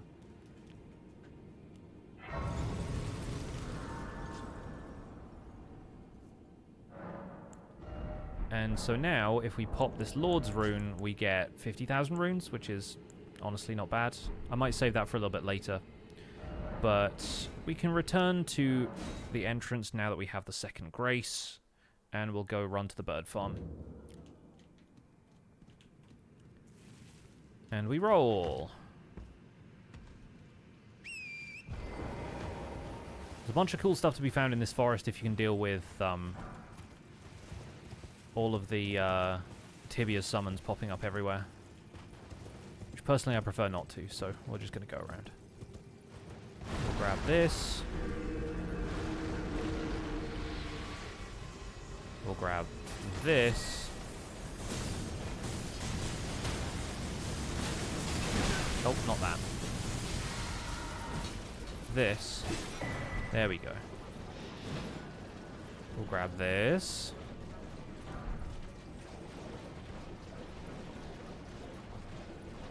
So amazingly, we're starting our Glovewort collection if we want to upgrade Stormhawk Dean, for example. We're starting that at the opposite end of the scale. Another Smithing Stone 6 as well, which is great because that's what we need to upgrade the Arbalest next.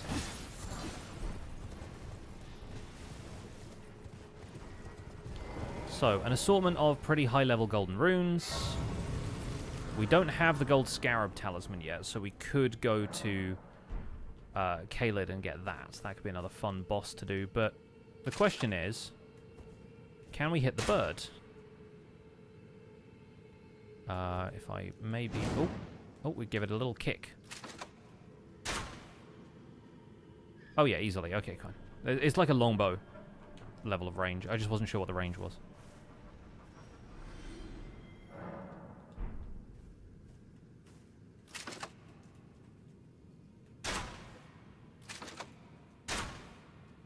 Oh, the bird's coming around to take a look at what's up.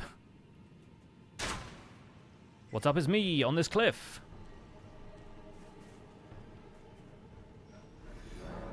So yeah, that's how we're going to acquire a vast quantity of runes. I'm going to level up Vigor. I'm probably going to level Strength just for the physical defense boost.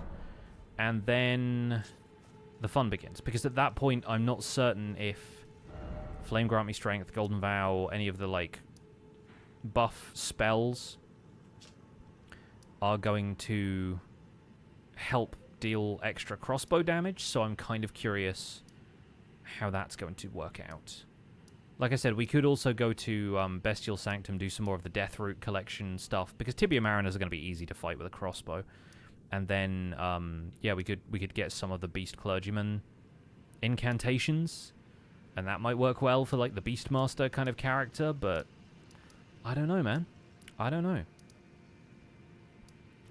In terms of Smithing Stone 6s, I think we can get a few more of them from Sealed Cave. I think you might be able to get some of them from here or Old Altus Tunnel as well. The other thing I would like to do, since this is the stream where we go and fight all of the NPCs, is we're going to go to Volcano Manor.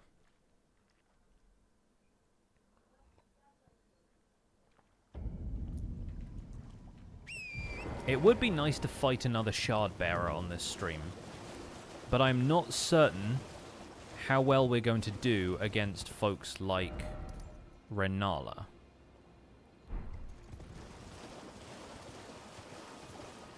Because I feel like Renala is going to be a problem with a crossbow, even with a crossbow that's leveled up to plus 15, because, I mean, maybe Bleed will do okay, but she's gonna take a lot of killing. Hello, it's rather my mistress, but I was a... Could I ask that thug only if you've... Oh, what a blessed thug, please. I'll go see the prawn man.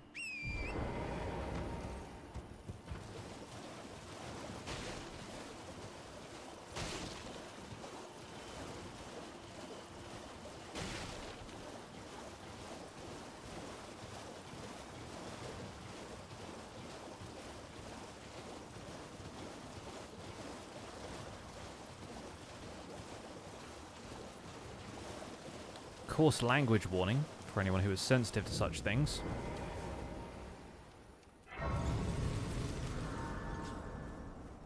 What are you looking at? You trying to start something? Show me, and I'll consider. I'm not in love with. You're a first. All right. Things no doubt. You're bloody eyed. Oh, pig. Oh.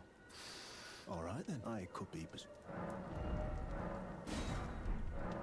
Oh, all right, well, but it ain't my fault. Anyway, lucky she ain't died on your time. Can you see it then? I can't see it. Makes no blood, cruel bloody joke. Maybe something went the Ertrium sec. Look at all of these ridiculous runes we have now. That's great. I met someone with a tick, mate. Good mate. I'll be seeing you. Nice. So now we have spread out. You can ride back to Raya, and then she'll be waiting for us at the Dectus lift and takes us to Volcano Manor. Gratuitous bloody violence, yes. Bad language, not so much. Right. So I think the real question is, do we want to try and fight Radahn before we do the Volcano Manor stuff and fight Tragoth? Because Tragoth is one of the people you can summon for the Radahn fight. The Thuglies. Oh, yeah. Thank you, kind. Did I forget? I see you are very brave to steady such, please. Brave. Most Tarnish. You are no... The volcano. Please stop, brave Tarnish. Sorry. You will only tire by striking this barrier. Besides, I am no... Alright. It's fine.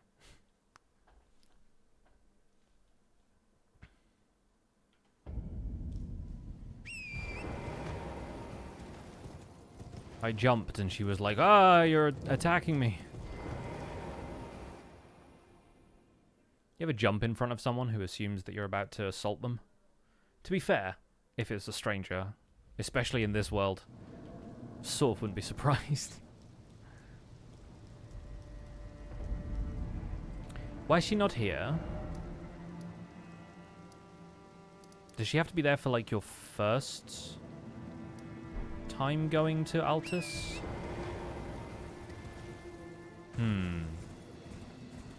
The one Souls game NPC they don't let you kill? Well, her and Roderica.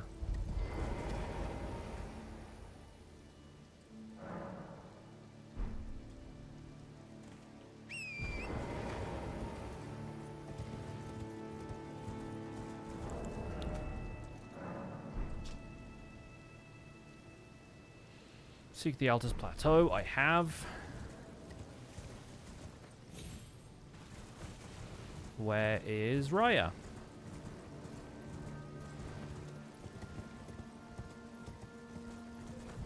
You've always seen her at Tree Gazing Hill. Is it dependent on which route you take first? Oh, if she can be there, then maybe.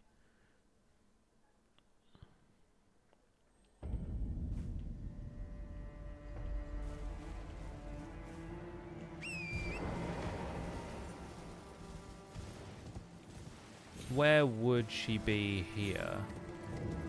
Because she's not right by the site of grace. Oh, there she is. Right, yeah, okay. I knew you. I hear. Take my hand. I think probably just because I got that grace before I did her quest, it was something to do with that. It must have been. Thanks, Phil. Appreciate the heads up. I honestly have not done Raya's quest enough to know where all of the, like, places she can be, but I guess if you come to the Altus Plateau via Magma Wyrm, it makes sense, right? Wish the crossbow was like Skyrim too. What happens with the Skyrim crossbow? I'm not familiar with Skyrim really at all.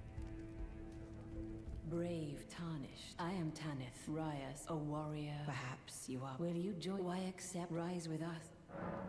Interesting. Now you the drawing room, but be sure. Alright, now we get access to the drawing room. And at night a ghost appears here, if you want to see a ghost. Ghosts!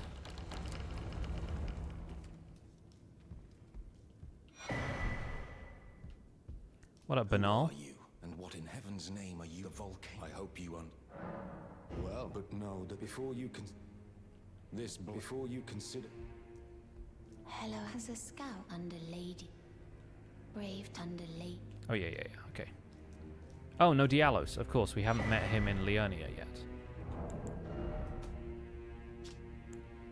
So Old Knight Istvan is first. And then Tragoth should be after that. So I guess we can go and do Radahn now. There's one thing I'm considering doing first, and that's going to see if Dialos is in Academy Gate Town still, or if going to Volcano Manor trips his quest. I always beat the Magma Wyrm to get to Altus early, so I've never actually seen her by the lift. Yeah, no, she,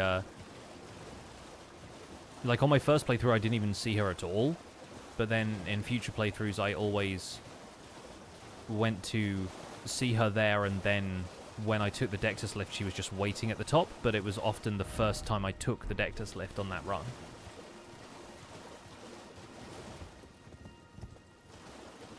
So where is Lanya? Now I'm Dialos. Hello, can I... It's just magic grease anyway. Lanya should be over here somewhere. Oh, there he is. Lanya. Hello, friend. The whereabouts. They late the tale I, Dial. The tale of I. Aye. How's ArborQuest going? Not bad, actually. We beat Godrick today. We've beaten a couple of NPCs who are a little difficult.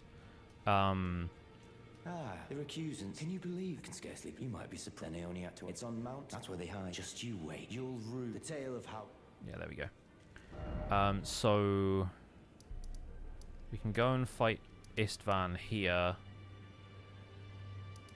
I figure we'll meet up with Dialos next time. Let's go fight Radahn before we have to do any more of the Volcano Manor things, because I'm not certain. I assume, like, Tragoth still shows up at the Radahn fight if you haven't killed him yet, because he doesn't know that you're out to kill him, but... Don't want to go to work, Jen? I'm sorry. That's always a pain. To labor under capitalism. Oh yeah, I should probably just go and buy some bolts, shouldn't I? Really? Yeah.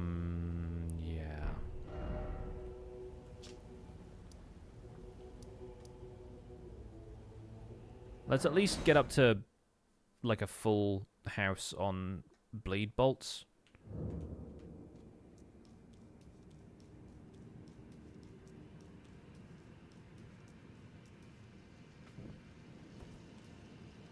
I'll drop down here and grab the glove warp first. And then out here.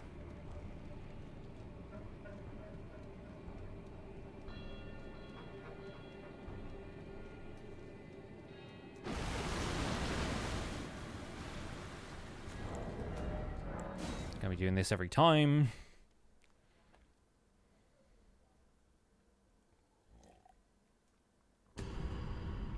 Don't think many critters could cache here very well, that's fair.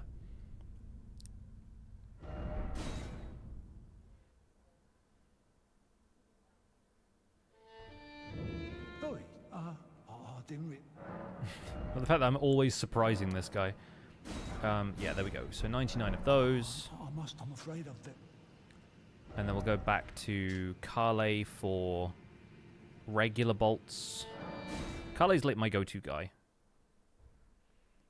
We can also get golden bolts for holy damage. We can get meteor bolts for magic damage, flaming bolts for fire damage, lightning bolts for lightning damage, and explosive bolts from the guy on Mount Gelmir, but we'll have to go and find that guy. Always. So we're going to sell probably the Hero's Rune 4 and just buy a lifetime supply of bolts. And then I think we'll be good for a little bit. I might also just level up using these now, because the alternative is bird farming. So we'll get a few more points in Vigor, which also gets us a few more points in physical defense, so I don't mind that. Let's go fight Radahn. After this we get our third Talisman slot, which means we can equip the Gold Scarab, and then probably the Arrow Sting.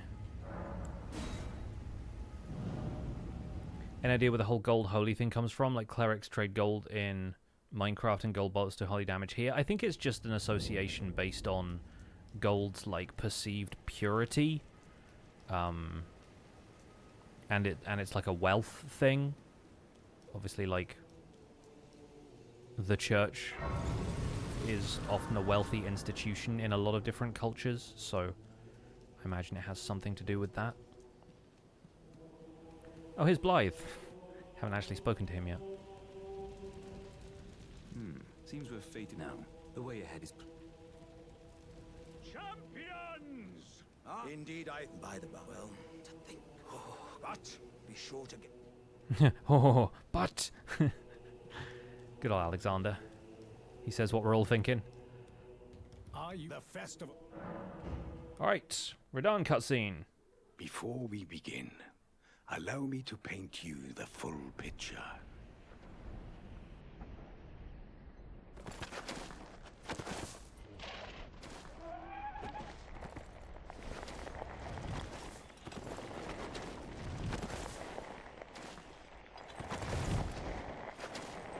General Radahn is cursed ever to wander.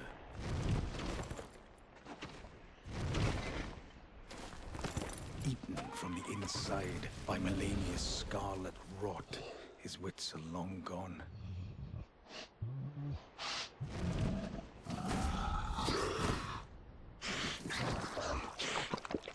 Now he gathers the corpses of former friends and foes alike, gorging on them like a dog.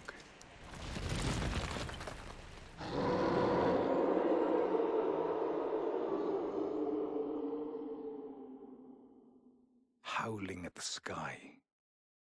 Really hits different after the DLC, though, right? Oh, the celebration! Oh, the celebration. Another great reason to come here at this point is because there's another Smithing Stone 6 in here, and we can upgrade the Arbalest 1 level! Hacha! Who cares about these chairs? Nice. Alright, let's go to Round Table Hold. Hugh! Bring me Hugh.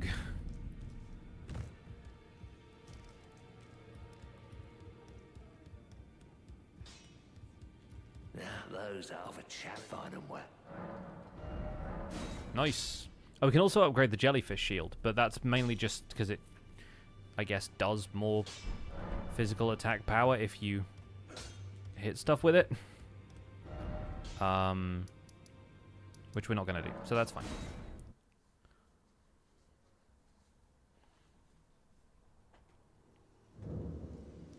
Instead of cheers, chairs.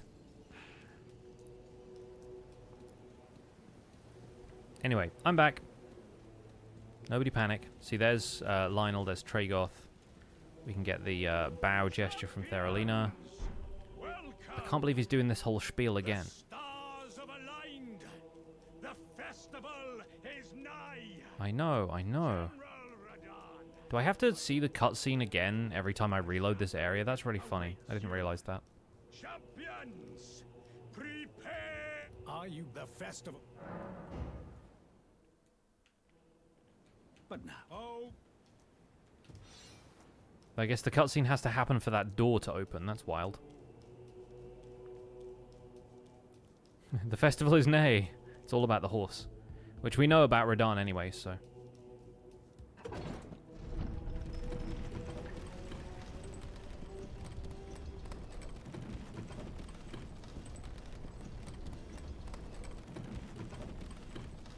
Alright.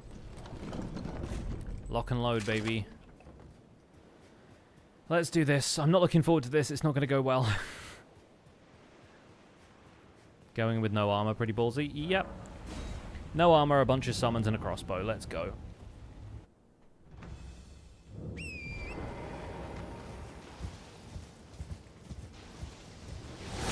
Ow.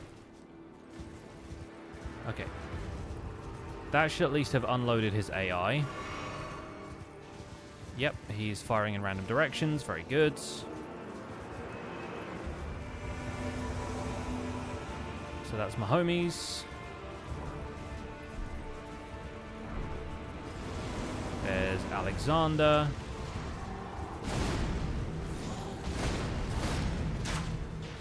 We hit him. It's fine. We did it.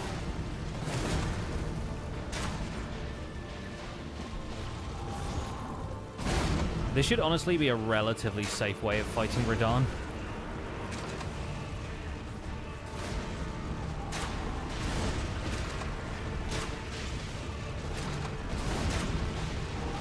Especially now I have bleed bolts.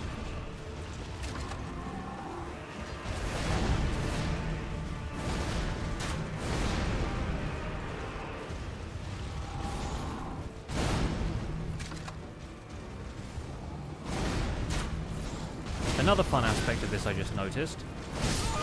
I mean, aside from the fact that I died. It doesn't matter what bolt you load, like whether you use the bumper or the trigger to load, you can fire whichever one you want. And that's interesting. So, like, loading doesn't have any impact on what bolt you fire, because I loaded with a bumper and then fired the bleed bolt with the trigger. So I'm like, I don't think either is necessarily, like, faster or whatever, so there's no real benefit to that as such, but... I mean, it's just good to know for my own, like, clumsiness or whatever. That just fully took out Torrent. I feel bad.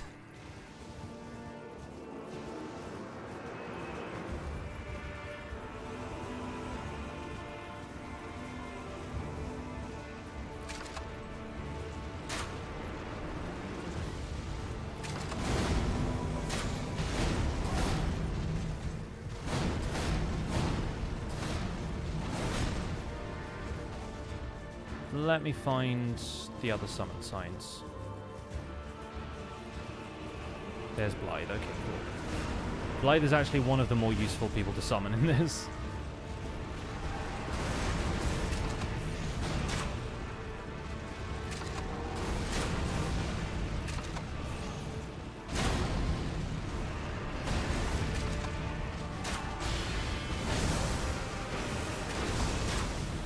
There we go, there's the bleed.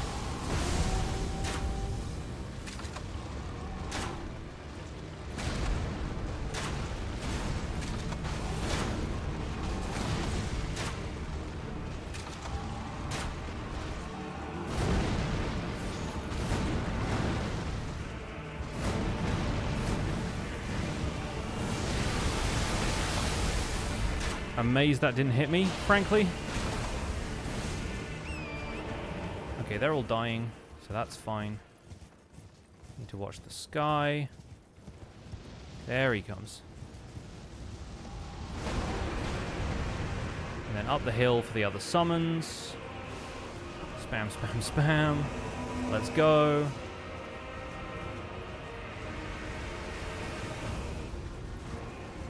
Okay, these are all coming back.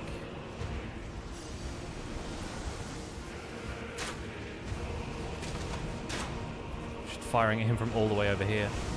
Don't have the range, darling. Alexander, to me!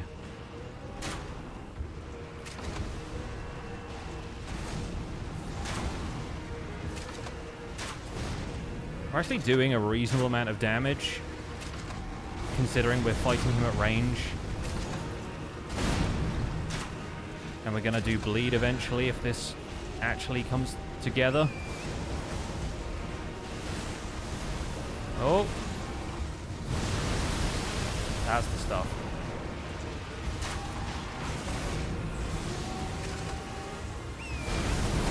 And we abuse the horse eye frames.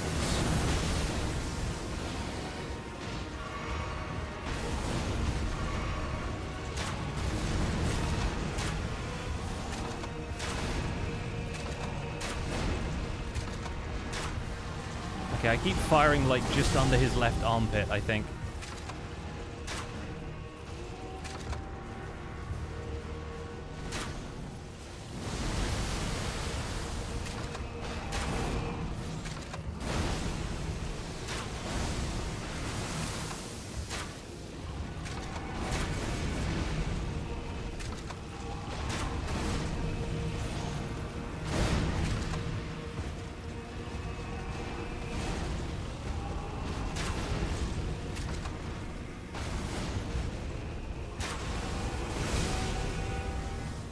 Good job, Torrance.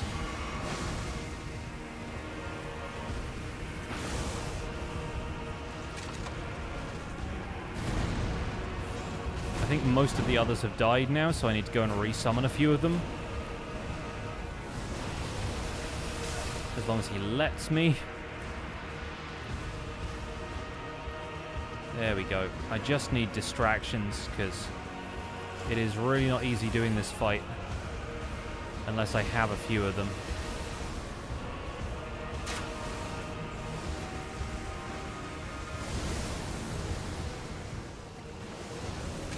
His like M. Bison Psycho Crusher moment.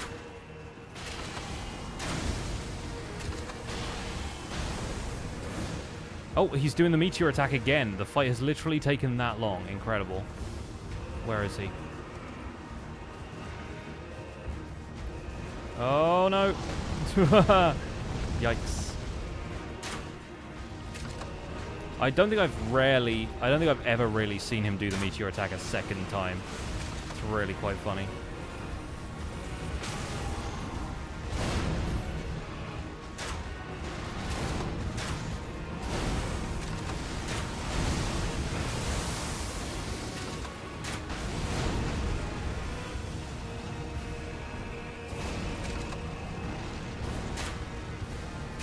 I don't think I've heard the music go on for this long.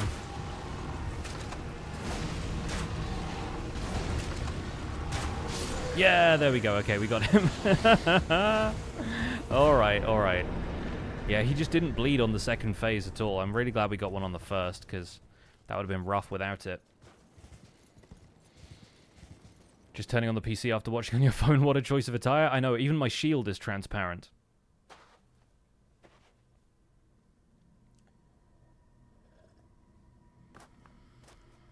Also realized I didn't have the camera turned on since the Radahn cutscene, but maybe that made this whole segment more cinematic. Yeah, it is very satisfying getting the final hit with the crossbow. Also good to know that the bleed bolts are dependable. It's very Emperor's New Clothes tale, yeah. I think after this, I will have a set of armor. I think it's fairly safe to say that in a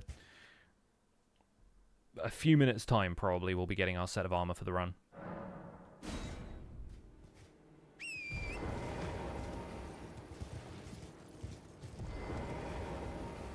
The absolutely weird thing about this, like the weirdest part of all of this, let me bring my webcam back. Hello. The weirdest part of all of this is that none of the stats that I'm leveling have any effect on the weapon. So, like, I literally don't know how to build this character other than just put points into vigor. Like, that's really it. We have 40 vigor, and then the strength requirements are so arbitrary.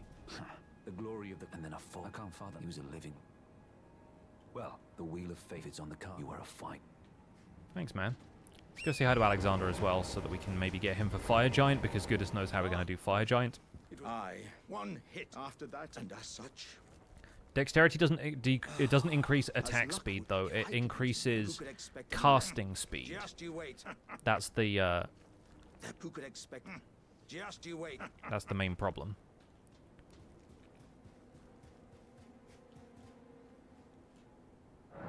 With characters like this, it's probably best I'm not a method streamer. Yes. Mm-hmm. Right, let's go to Limgrave. And go fight old Knight Istvan, who is available as a summon to help you with the Demi-Human Chiefs fight. Nope, absolutely not. Like, I would consider fighting the Bell-Bearing Hunter if I was intent on crafting any of the bolts that we would use for this playthrough, but I'm not, so I won't.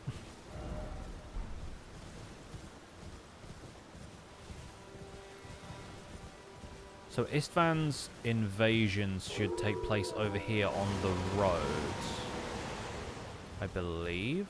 There's a red sign here. Cool. The first time I came up here, like, there's a scripted invasion that happens there if you don't have this Volcano mana thing, or maybe if you tread a little bit closer to the Colosseum. I genuinely didn't know what was happening, and I, like, ran away. Because I knew about invasions from like, hearing about people playing Dark Souls, but I thought... because I was playing offline, because I didn't want invasions to happen. I thought somebody somehow had found a way into my game, and I was not happy, and I ran away, because I was like, how do I deal with this? Oh, right, okay. Yeah, this guy has gravity magic, which is tricky to deal with, but maybe if we can bait out a few of his attacks.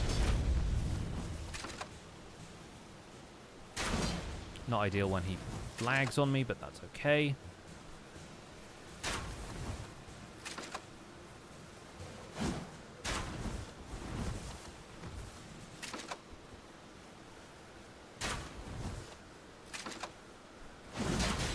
Maybe if we do some bleed damage. Okay, that works. One more of those.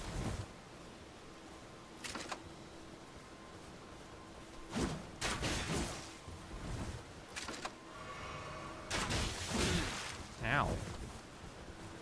Yikes, okay. Come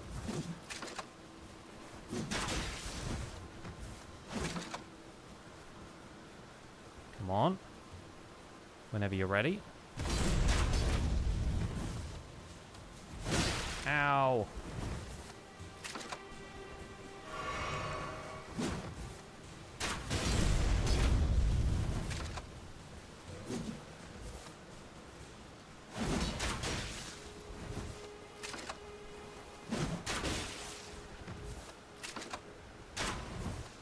Dang it.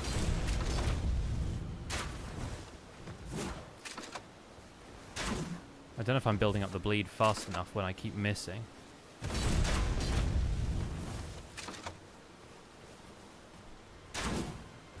Seriously. Come on, guy. Give me a window.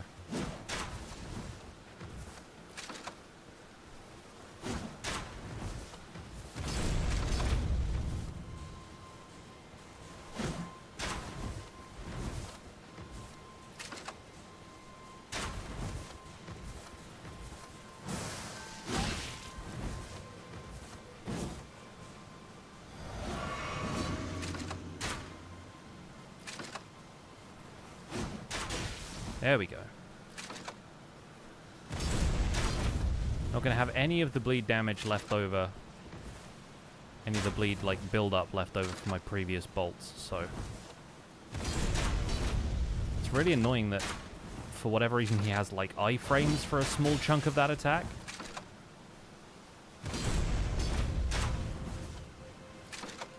So I've got to get that retaliation off really early. No. No. No. Okay, he's maybe getting desperate at this stage. Okay, there we go. One more.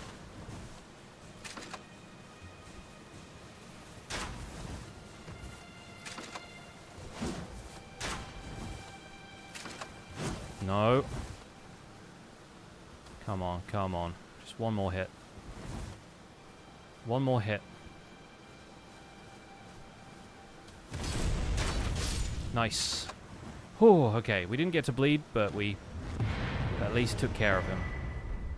So that's his quest done for Volcano Manor. Yeah, the rolling is so painful. It's it's really annoying.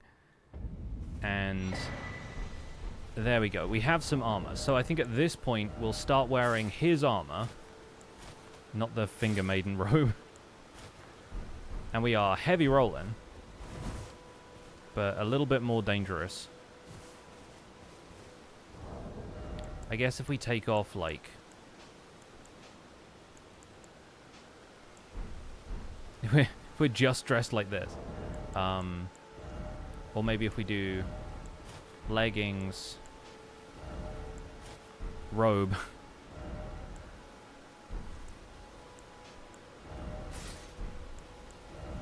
Leggings, gauntlets, helmet. Yeah, there you go. That's the look. That's the look we wanted. We'll head back to Volcano Manor. We'll turn in the quest at least. Has good magic resistance? I guess so, yeah, if he's like a gravity sorcerer kind of build. Plus, you know,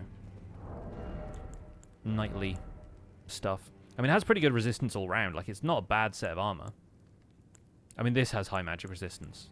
The scaled armor has high everything resistance. Did you read the letters that you will become if you are loath, but you must leave? This is a... We have no plea. You've complied. I am pleased. This is... Never forget. The way it is the truth. Now you... I am pleased. Alright. Now we should be able to rest at the Grace, and there should be another letter waiting for us. Can't remember if we have to talk to Tanith about this or not. You, I am pleased. No, okay, cool. We're only allowed to see his abs, yeah. I feel like when I first played this guy didn't have voice lines. Please kill. Here to put then please the one I left this worthy the great.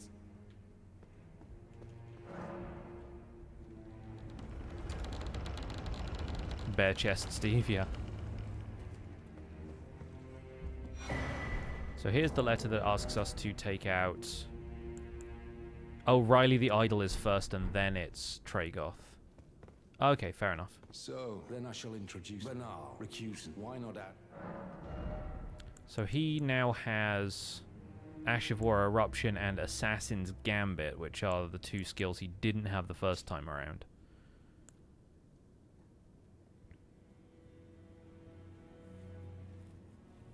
Assassin's Gambit, I don't know if that would be of any benefit to us in, like, You've come to take actual fights. We recusants, all you can do. Tragoth is targeted by patches, I think. Oh, yeah, that makes sense. That makes sense. Well, so you've been... And we're Well, you see, after much revenge, according to I've got the champion. It hit me that my fault. Of course, my bad unfortunate. But succumbing, and you know that such is.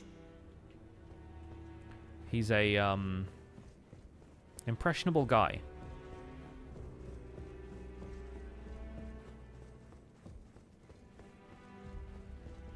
So in that case, we'll have to actually meet Patches. So let's go back to Limgrave. The guy who folded the second woman told him he was useful. I know, right? I've never done Dialys's quest all the way through. Like, I've obviously done the Volcano Manor stuff and got the Juno Hoslow armor set, but I've never done everything that happens after that. With Jarburg and everything. Which, you know, Jarburg has slightly different connotations as of the DLC, but, you know. They just had to go and ruin it for us, didn't they? It's sad as per usual. I've seen it played. Like, I watched, I think it was Jacob Drawfee's playthrough, where he did the full, like, all quests run, so he did all the stuff at Jarburg.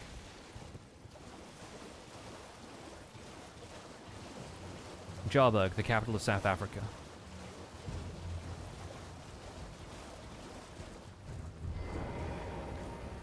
Guess this means we're fighting Nerijus.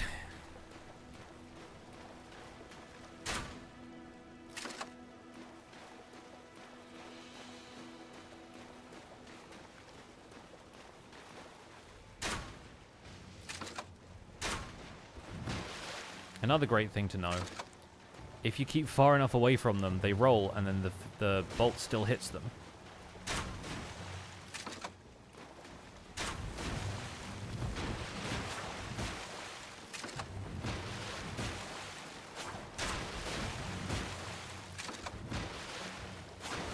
Also, it doesn't look like Yura is showing up, because we've already done the Ravenmount Assassin fight, so Yura doesn't need to, like, introduce himself here, which sucks, because now I have to fight Nerijus on my own.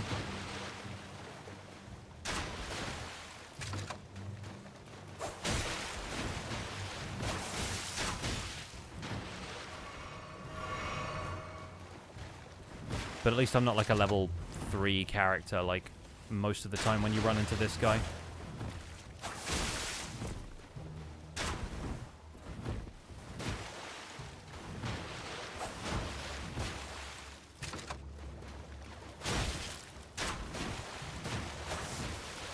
I think, honestly, the biggest problem is, like,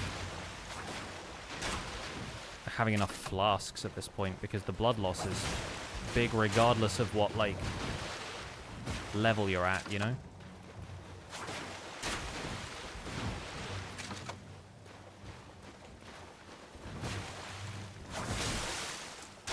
That's the attack we need to follow up after, frustratingly, because it's the most damaging one. So if anything, it's the one I need to avoid.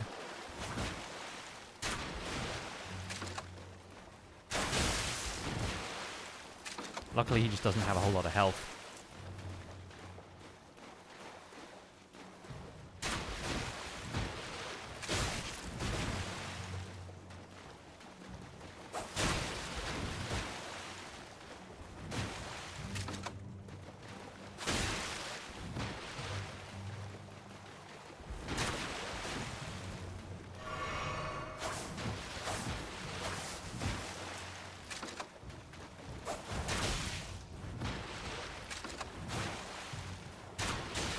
Nice, okay, got a couple clean hits in. He gave us a free one because he was checking his flasks. And we're good. Okay, great. Doesn't it depend on robustness? Yeah, but I mean, having health and stuff is helpful. And, like, the blood loss build-up is slowed by robustness, or it, like, you have a larger bleed meter, so it takes longer for you to bleed, but it still doesn't, change how much damage it does to you. The damage is like a percentage of your HP, I'm pretty sure.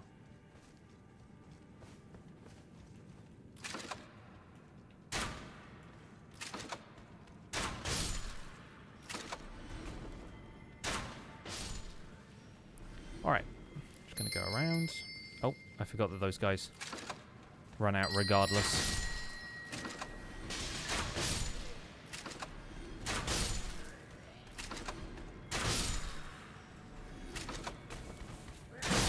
This really is the one where we fight all the NPCs, huh? Because I realize we're going to fight Patches now. Okay.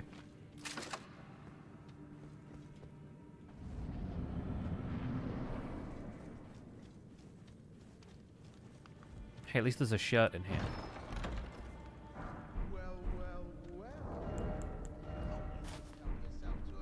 Actually, no, never mind. This ain't styling. Demand repentance. Cough up your coin. All of it.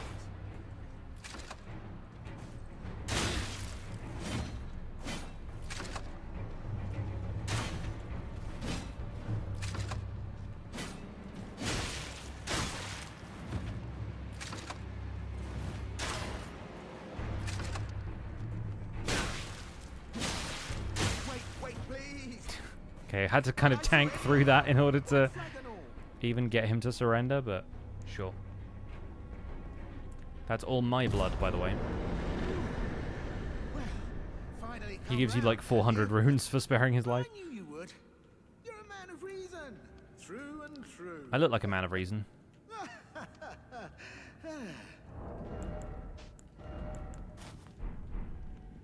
I think that's better as a look. Well, what do you... Now, how did I get that wrong? I took you for an innocent water. True. I'm Patches. Oh, my foot's going again. You see my foot? Tarnished like you, only free-spirited. That's me being impatient. You might only for now. In exchange for honestly, frankly. So don't be... I'll be ready to win. Alright, so back to Mirkwold's Cave, Patch's shop. In fact, I don't know if Patch's shop will be here because he might just be at Volcano Manor from this point, but...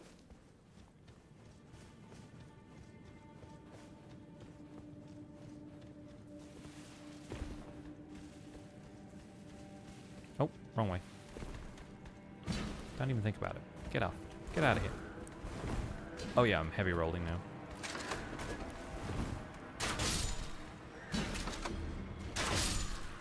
Alright. Highwayman gauntlets. Bunch of highwaymen. Nope, he's gone. Okay, cool. So he's probably at Volcano Manor. Which would mean we could just open this.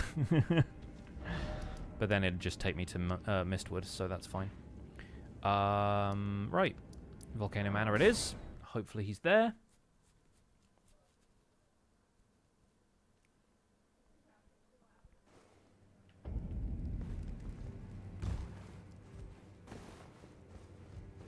There we go, okay. Well, I don't believe in here. I thought, all good though. We'll do good. Oh, and of Patch's Emporium. And are you surprised? I always hate. I thought I could. Not to me. I guess I'm up. Even after I've never seen. So Patches has a thing for Tanith. Big surprise. Gotta buy all of these, by the way, and probably the crafting recipe for them as well. He sells everything but the bolts we need, so that's fine. He's also got like 10 bloody fingers, which is pretty funny. Cheers for that. 15 minutes after parading around in the undies. Yep. And I don't know at what point. Maybe it's after Riley you can get the quest from Patches.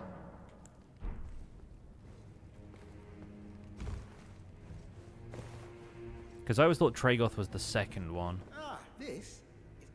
Okay, here we go, yeah. You're new here at that. If you relax. Go on. So yeah, Patches has been assigned Tragoth. So we can go to Ruinstrewn Precipice and we can fight him.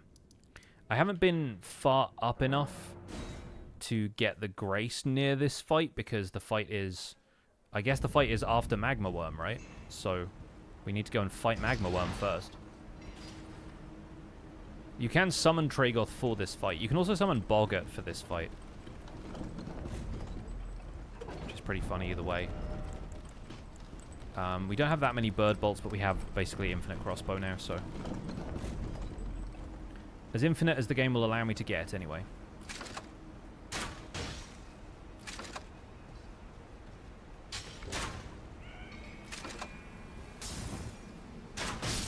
He's throwing Molotovs.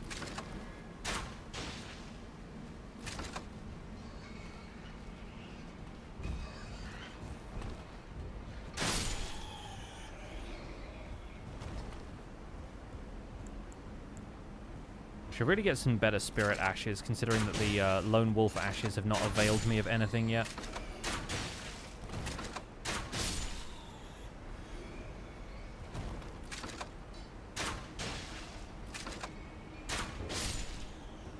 Can we get a better... Can we get like a headshot on these things? No, okay. I was wondering if I could get enough damage to spare me using the second bolt, but I guess not. You killed Patches, does that mean the quest's gone? Yes.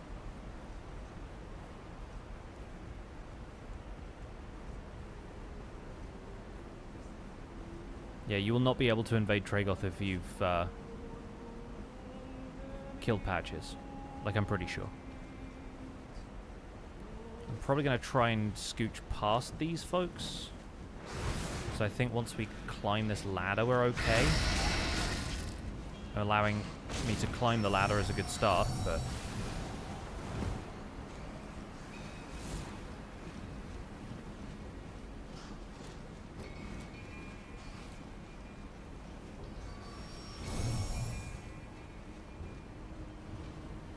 The singing ones always give you trouble.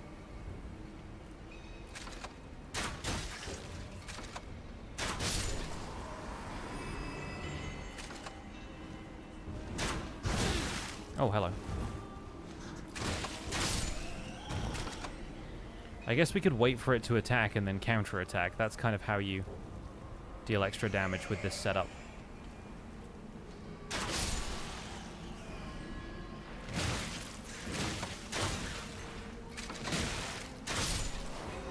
Didn't exactly work, but not that it did a ton of damage to me anyway.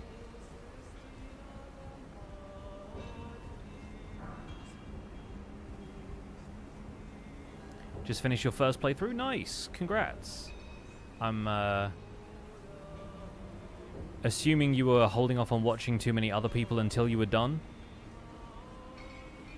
That's what I tend to do when it comes to games like this, is if I'm playing through, I don't let myself watch any further than I've gotten in the game.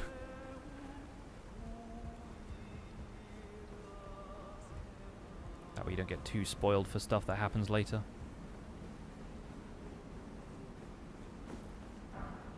Yeah, we're not going to need too many of the other smithing stones. Upgrading the shield is not going to do much to my build, really, so...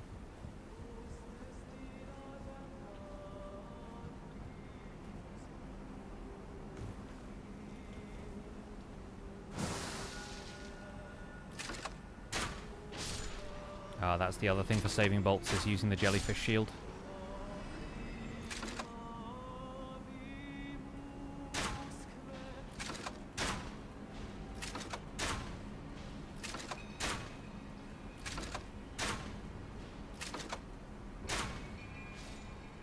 Okay, that's fine. That works. Stop prowling around up there.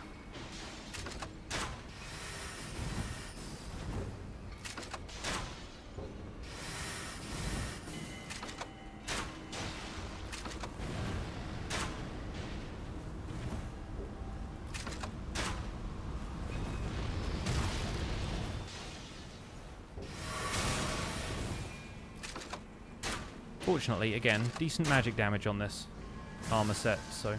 Or decent magic resist, rather.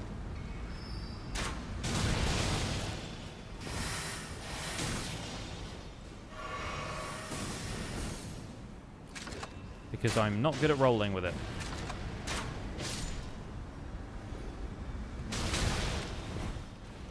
Almost completely died to that one.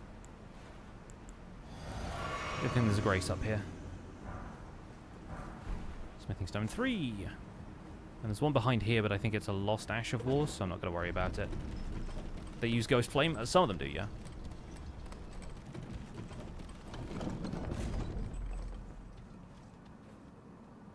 Yeah, Karen, I'm looking forward to Euphoria a great deal. I've not used that weapon at all in my own playthrough, so... There are a couple of, like... Kinda... Not, like, glitchy, but,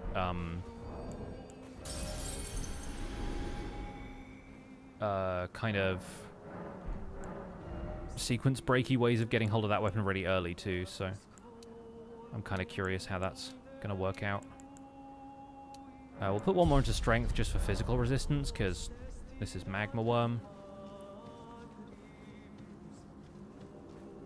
And so here we can summon Boggart, Tragoth. If you've done Millicent's quest, you can summon Millicent here. I'm going to bring both of them in for this fight, even though it increases Magma Wyrm's health.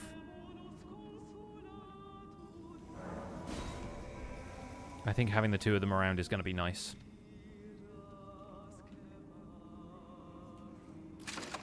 Alright, let's lock and load, people.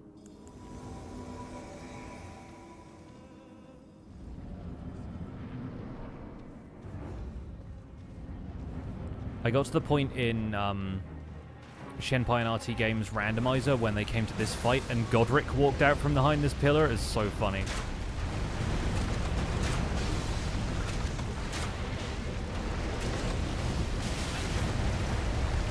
Yeah, something tells me I maybe shouldn't have worn like a heavy load armor for this.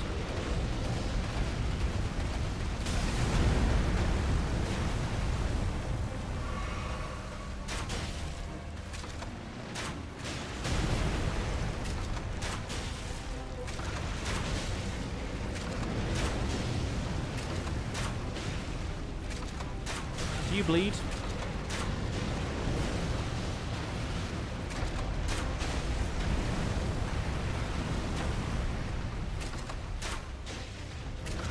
I guess he does.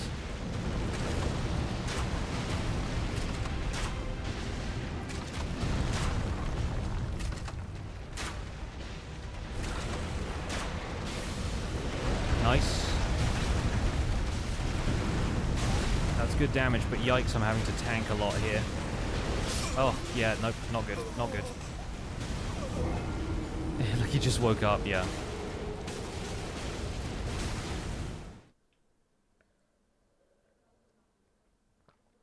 Anyway, we're probably going to have to remove the chest piece and just go helmet so that I can even get around here. But also I might go and get more bleed bolts because evidently they're doing a good job. I just need to have more of them.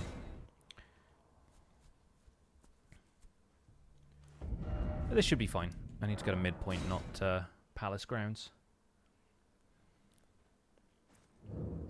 Okay, so through here once again. Ignore Vari's invasion. Because who cares about that guy?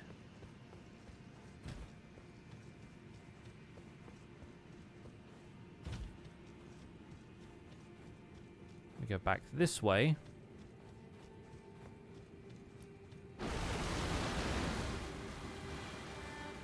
Quit out again to ignore this guy's aggro. We're still at 4 hours 30, which is not bad considering we could get into Lanedale now, give or take Draconic Tree Sentinel, I suppose.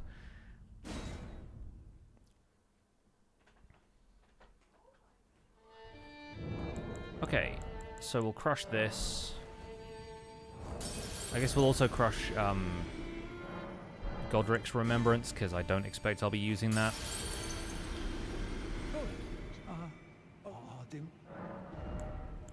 And then now we can buy like 200 plus, so we'll have enough for a full fight and then some. I'm afraid of. So that was good. And now back to Ravine Village. Because we have the Grace. How's the Arbalest so far? It's rough because it's a crossbow and it doesn't scale with any stats, but that means I have a weird amount of freedom to do what I want with this build, so we'll see how it goes. I'm actually not going to summon them this time because summoning NPCs does increase a boss's health pool, so I think I'm actually going to do better potentially if I just avoid the Magma Wyrm myself. And we'll see how this goes.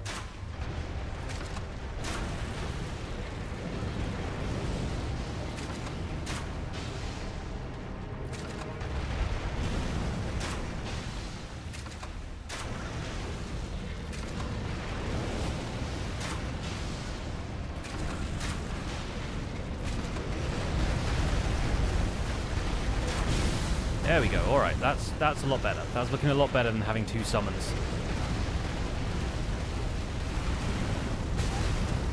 Okay, he still hit me at the end there, but that's because this arena is tiny for the amount of movement he does. Oh, okay, and then I was firing at a weird angle for some reason.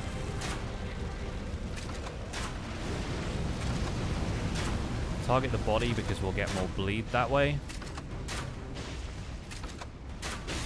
And the head because headshots are always nice.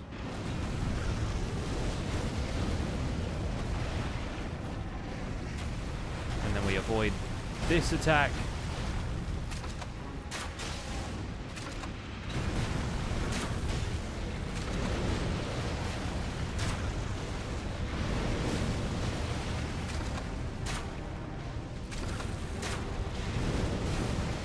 Trapping the arena like a Pokemon at this point. There's a good bleed. A couple more of those.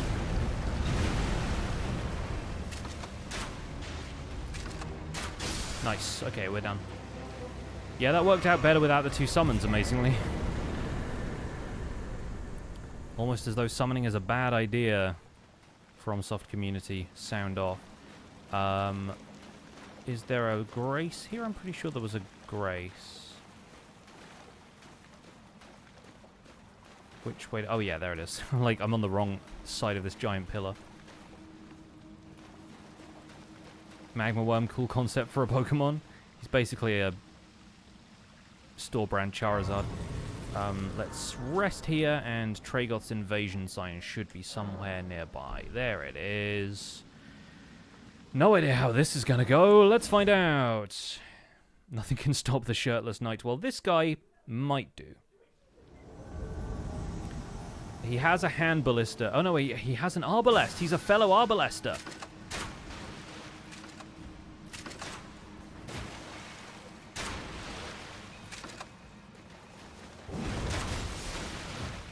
He also has a massive hammer though, so I feel like...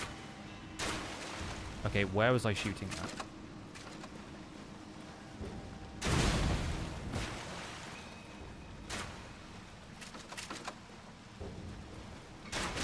Get used to the sound of a crossbow reloading, chat. You're going to hear it a lot this fight. Ow!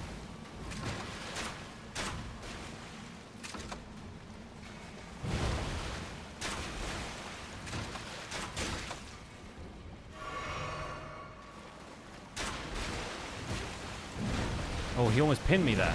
Ho ho! He also has that attack, which is very funny.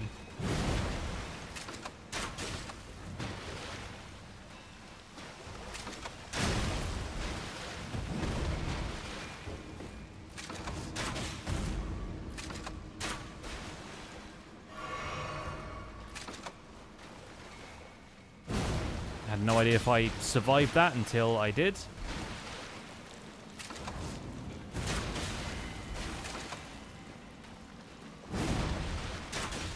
So he has a ton of exploitable attacks for this.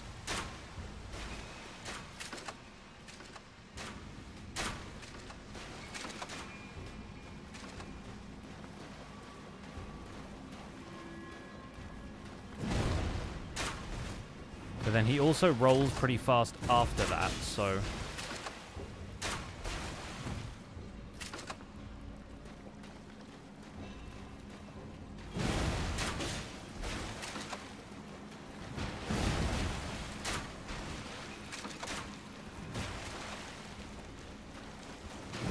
Okay, yeah, I got stuck on the rock there. That's my bad.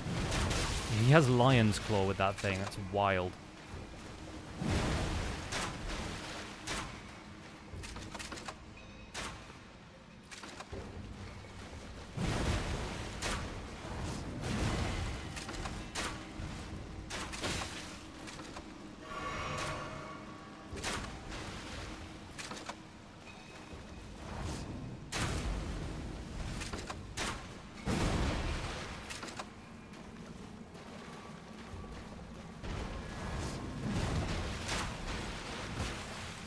Him and Magnus the Beast Claw both using Lion's Claw.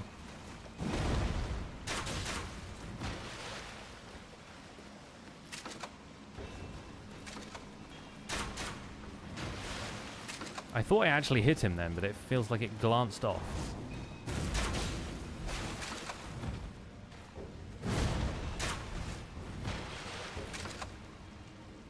Come on, buddy. Do the ground pound again.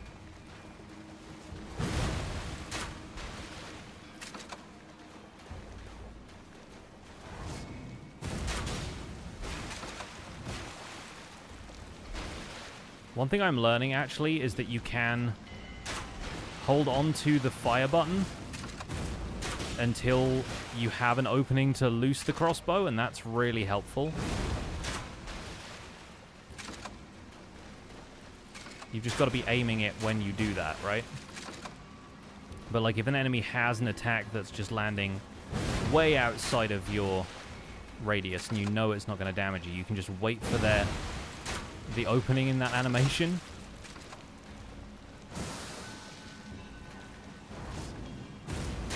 And unleash it then, which is kind of nice.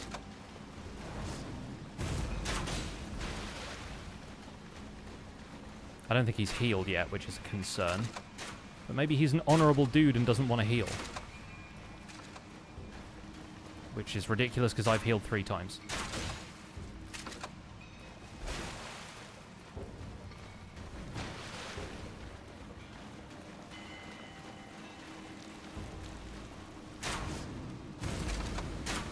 Oh man, I missed the window on that one. And on that one. Oh, almost. Yes, okay, we got him. Now, my friends, we have the armor that we're going to use. Yes, there's an NPC. This is one of the Volcano Manor invasion quests, so you get scripted invasions to do at a certain point. We now have the Bull Goat's armor set.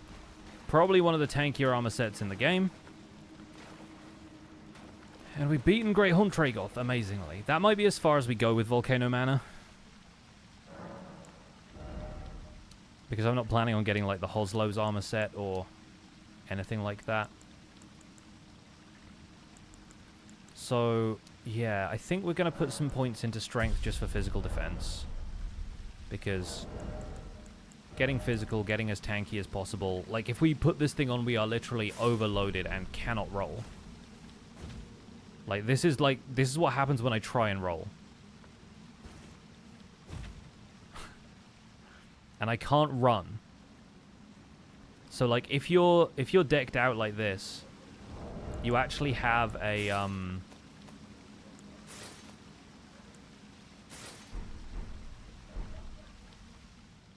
you actually have a 20% increase to your defense if you wear the Verdigris Discus Talisman.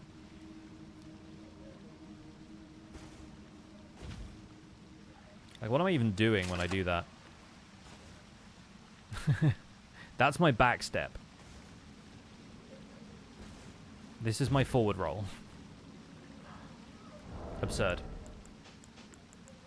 Even if I just wear the chest plate, I'm a heavy load. I can, however, go back to the Table of Lost Grace, speak to Enya, now that I've got 2 Great Runes. I can roll around the round table hold. Only fine. You have now to become the thing as much. And then she'll give me this, which means I can put on the Arsenal charm that Nefeli gave me, and that just about with this chest plate. I can put on some cloth trousers, and I'm still a medium load. I can still roll. Yeah, we could maybe do the Great Arsenal. We could maybe do a little bit of leveling with endurance. Like, now we've got the Mohgwyn Palace bird farm opened up. Speaking of which, the other thing I would need to do, really should go and do, is get the Gold Scarab Talisman. So we'll go and do the Cave in Caelid with the Cleanrot Knights. And again, this I'm not looking forward to because it's going to be real difficult to fight both of them with a crossbow. But we'll do it anyway. We'll do it for science. Shoes left the chat. Yep, But yeah, if we can level this guy up so that he has enough endurance to wear this set and be a medium load, then that'd be awesome. I'm also considering trying to get to the DLC just for Verdigris Discus and for Arrow's Soaring Sting. Just so we have a few build options later. But again, we have not even explored the possibility of making this guy the Beastmaster we wanted him to be, right? So we could lean into summons if just being tanky is not enough, which I have a feeling it will not be. Part of being tanky is having a shield that can block damage better as well. So, like, that's a consideration we have not made yet. I also approach this, like, from really the wrong way. Like, I'm getting into all of the wrong fights here. Am I creating a new character for each weapon? Yes. So we start with a fresh character each time, and we go for as much completion as I want to, basically. Like, we go for beating the game in the base game and just seeing the ending cutscene, end credits, is the objective. So we're not doing all remembrances, we're not clearing the DLC every time as well. Basically, I set a certain, like, set of arbitrary additional goals based on how I feel the playthrough should go. Like, with the Astrologer's Staff, because we're starting with the Astrologer's Staff, we're gonna try and get all of the sorceries. We'll probably do something similar for the Two Fingers seal when we do that playthrough at a certain point. But yeah, like with a couple of the other ones, like with Anvil Hammer, we got to the DLC, we acquired the weapon, and then we just ran to the end of the game, kicking butt and taking names the entire way. And even then, we got like a couple of extra things on the side, but what I really want to do here is the bare minimum, if it means that we just get onto the next weapon because of how long this is going to take to do every weapon in the game.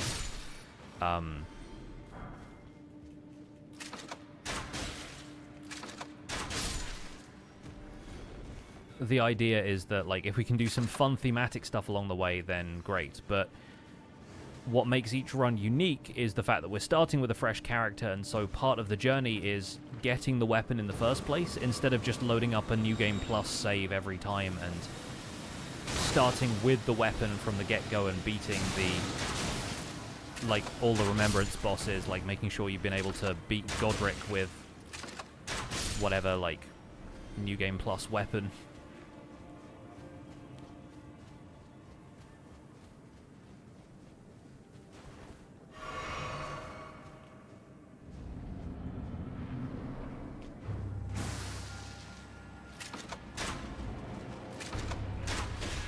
So you're going to evade, but hopefully not too much. Mostly just have to avoid the other guy once he shows up. And not get hit by that.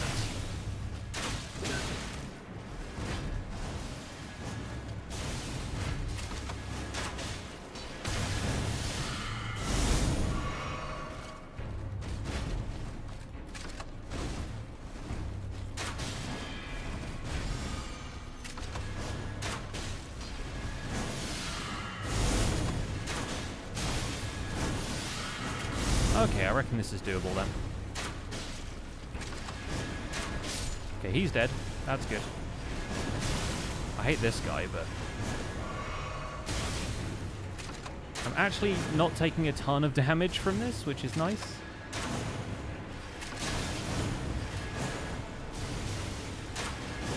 Well, this guy moves around so much that I'm also not landing any hits.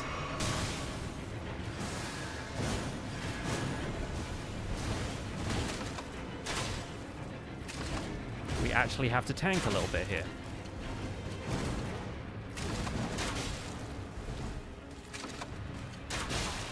Alright, cool. Also, yes, I am aware that Cleanrot Knights are supposed to be women. I think they are women, but I am using guys in a very gender-neutral sense as much as I can. There we go. Alright. There's our gold scarab. We did it.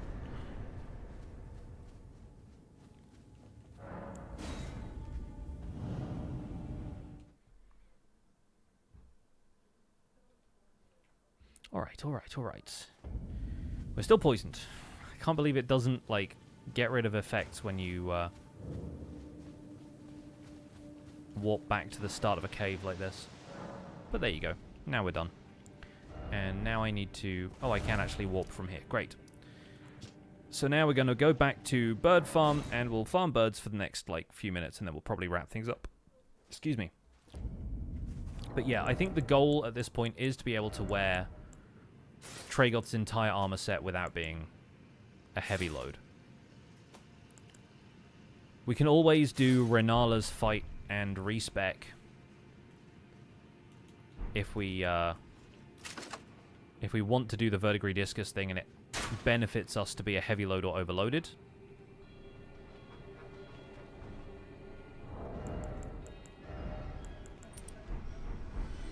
Equip that just in time to get the bonus, and I feel like I will not be farming this this bird with everything equipped because I walk back to the grace slower. So that's ridiculous. And I also have to get used to bows and crossbows being slightly different. There we go.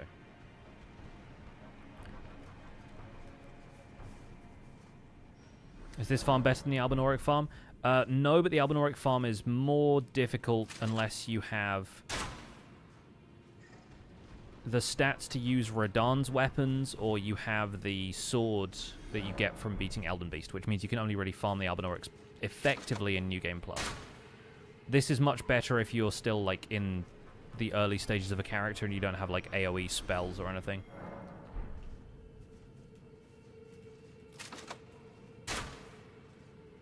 Like, even with the,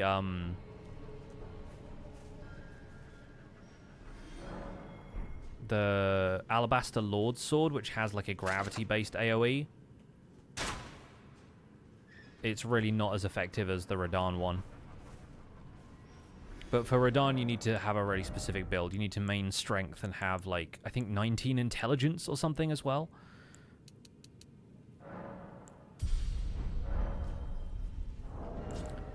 Okay, so now we're a medium load wearing that. We're still a heavy load there, and probably a heavy load there because the helmet's always bigger. Okay, cool. Kapow! Got him in the leg. Don't think that even registered a damage number, but we got his attention, and that's the important part.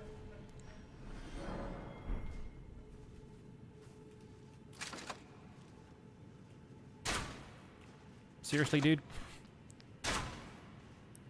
He's like, these new gloves are weighing me down.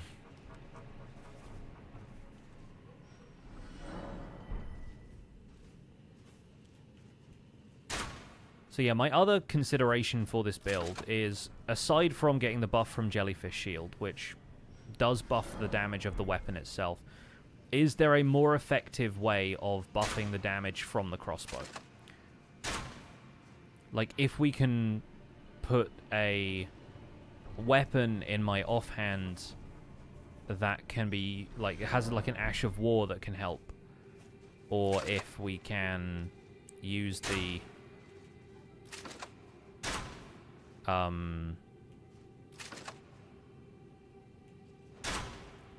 Dude, seriously, stop hitting the rock, please.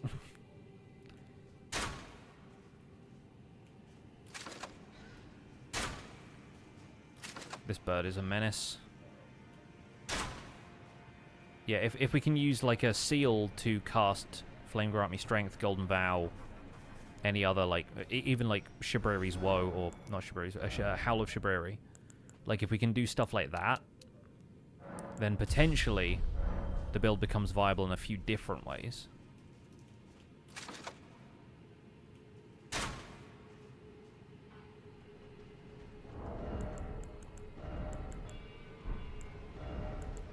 Still a heavy load.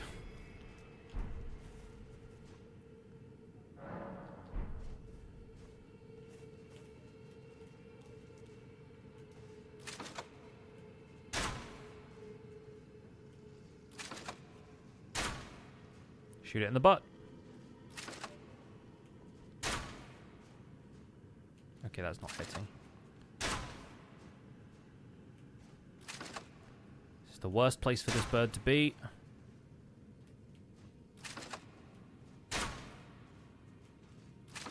Come on, dude. I'm wasting money here. That's the problem. What's the strat here we're doing? So this is just a way of farming runes. If you have the talisman that gives you increased runes from defeating enemies, this bird has wonky AI and is very easy to lure off this cliff. You just got to shoot it with a bow. In this case, a crossbow, so it's making it slightly harder for me because I'm not used to these weapons. But then the bird will just run off the cliff and it automatically dies down there, which means you get a set amount of runes.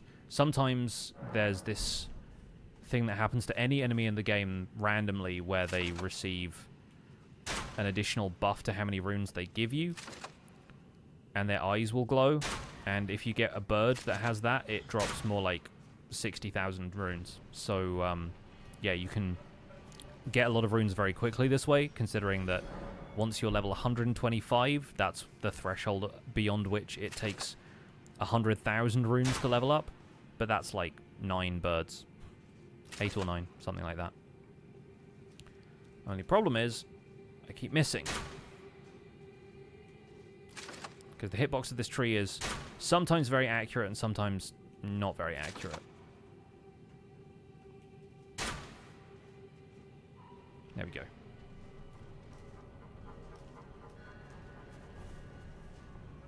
Yeah, this bird is definitely a popular spot for challenge runs. So I'm still a heavy load if I wear that. I'm still a heavy load if I wear those. I'm still a heavy load if I wear that. So Bullgoat's set is some of the heaviest armor in the game. But if you want to be a tank, there are very few things better.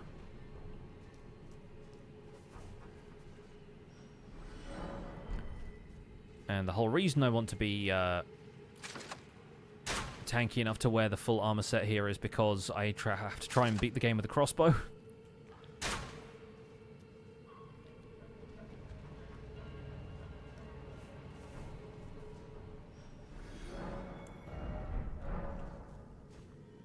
And obviously not exclusively a crossbow, but I would prefer not to use a melee weapon as well, because I feel like I'll just end up relying on the melee weapon. We've relied on the club a little bit this stream.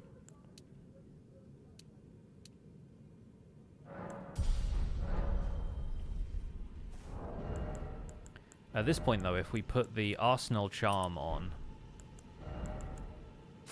I can be a medium load, but then I can be a medium load wearing the trousers and the chest plate. And that's with the Arsenal Charm. If I put Radagon's Source Seal on,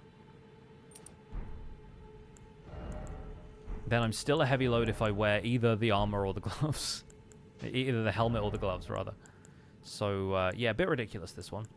Apparently, Claw Talisman does work for stuff like crossbows, so if you want to, you can actually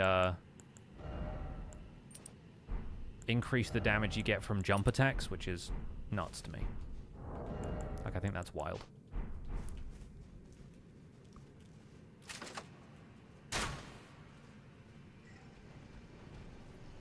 Certainly look like a tank, yeah.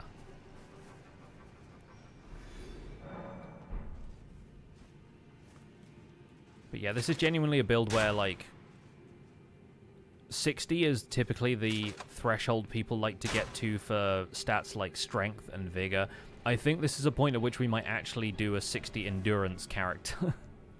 I think that might happen this time.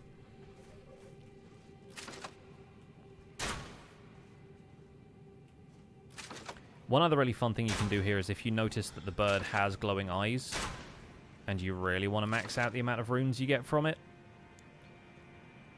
Man, if the birds would actually play ball, that'd be great.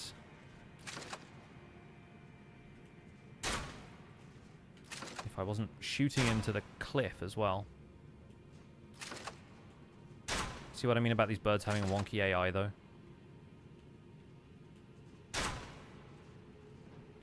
There we go. Got him in the back of the leg.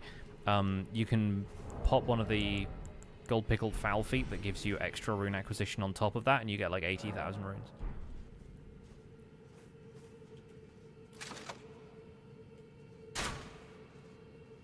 Yeah, see, sometimes you hit it in one go and it's all gravy.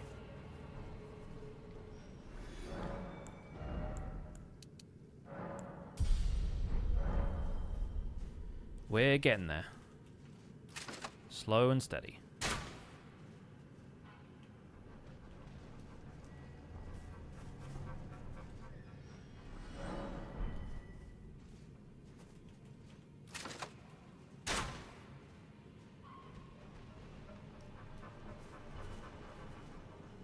So yeah, I'll probably wrap up the stream in a sec and might continue doing this between streams because I will need to get stats for something.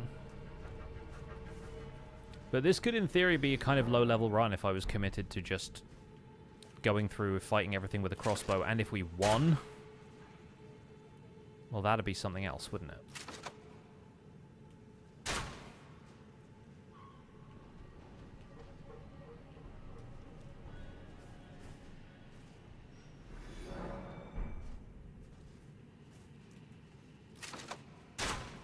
But I want to give myself a few stats. I want to give myself a fighting chance. And I'm considering using the character manager tool to clone this character before I do too much more farming, because that way I might be able to invest some stats into Faith and test whether or not the crossbow is heavily influenced by having buffs like Golden Vow and Flame Grant Me Strength, or if it's better to just stick with the Jellyfish Shield because it's low FP investment. Because that at least feels like a buff that I can use mid-fight, you know? Whereas casting the incantations, I feel like is not something that I typically do mid-fight because it's a little fiddly and involves taking my eye off the ball a little bit.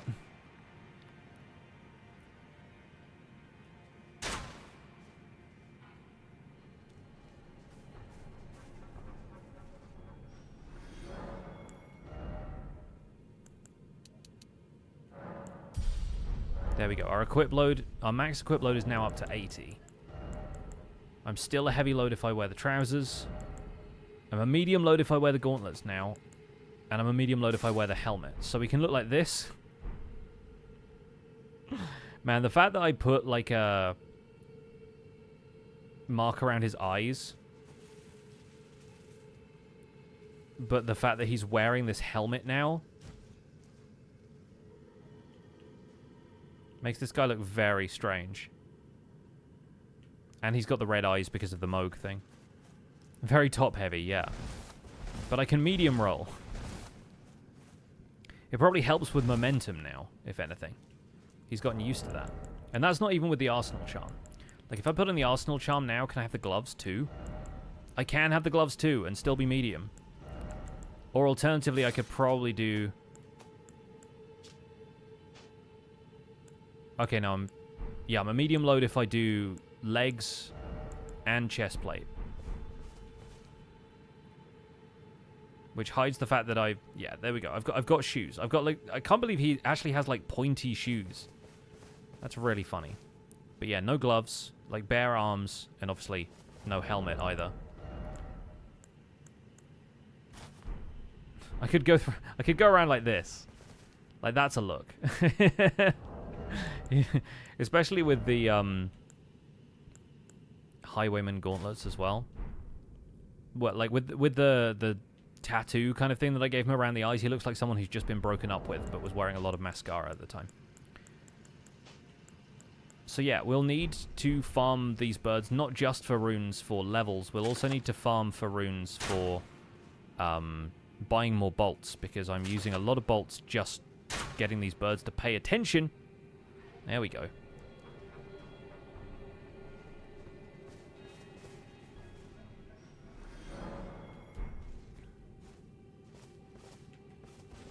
Yeah, so if I'm a medium load, I roll like that. If I'm a heavy load, I roll like this. It's slower, you get fewer iframes from it, and I'm also not used to that kind of roll, so it'd be harder for me to dodge enemies that way.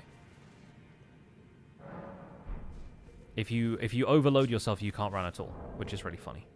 Right, we're going to end things there, though, folks. Thank you so much for hanging out on the stream. I'm going to just continue farming birds, but we're going to do that between streams, I think, at this stage, because I reckon I need to go and have dinner. So it's time to go and raid somebody else here on Twitch. I'm going to open this up and see who's live. Who have we got? Who should we drop in on? Oh, I tell you what, Apothec Decay is playing Minecraft today. So let's go raid Becca.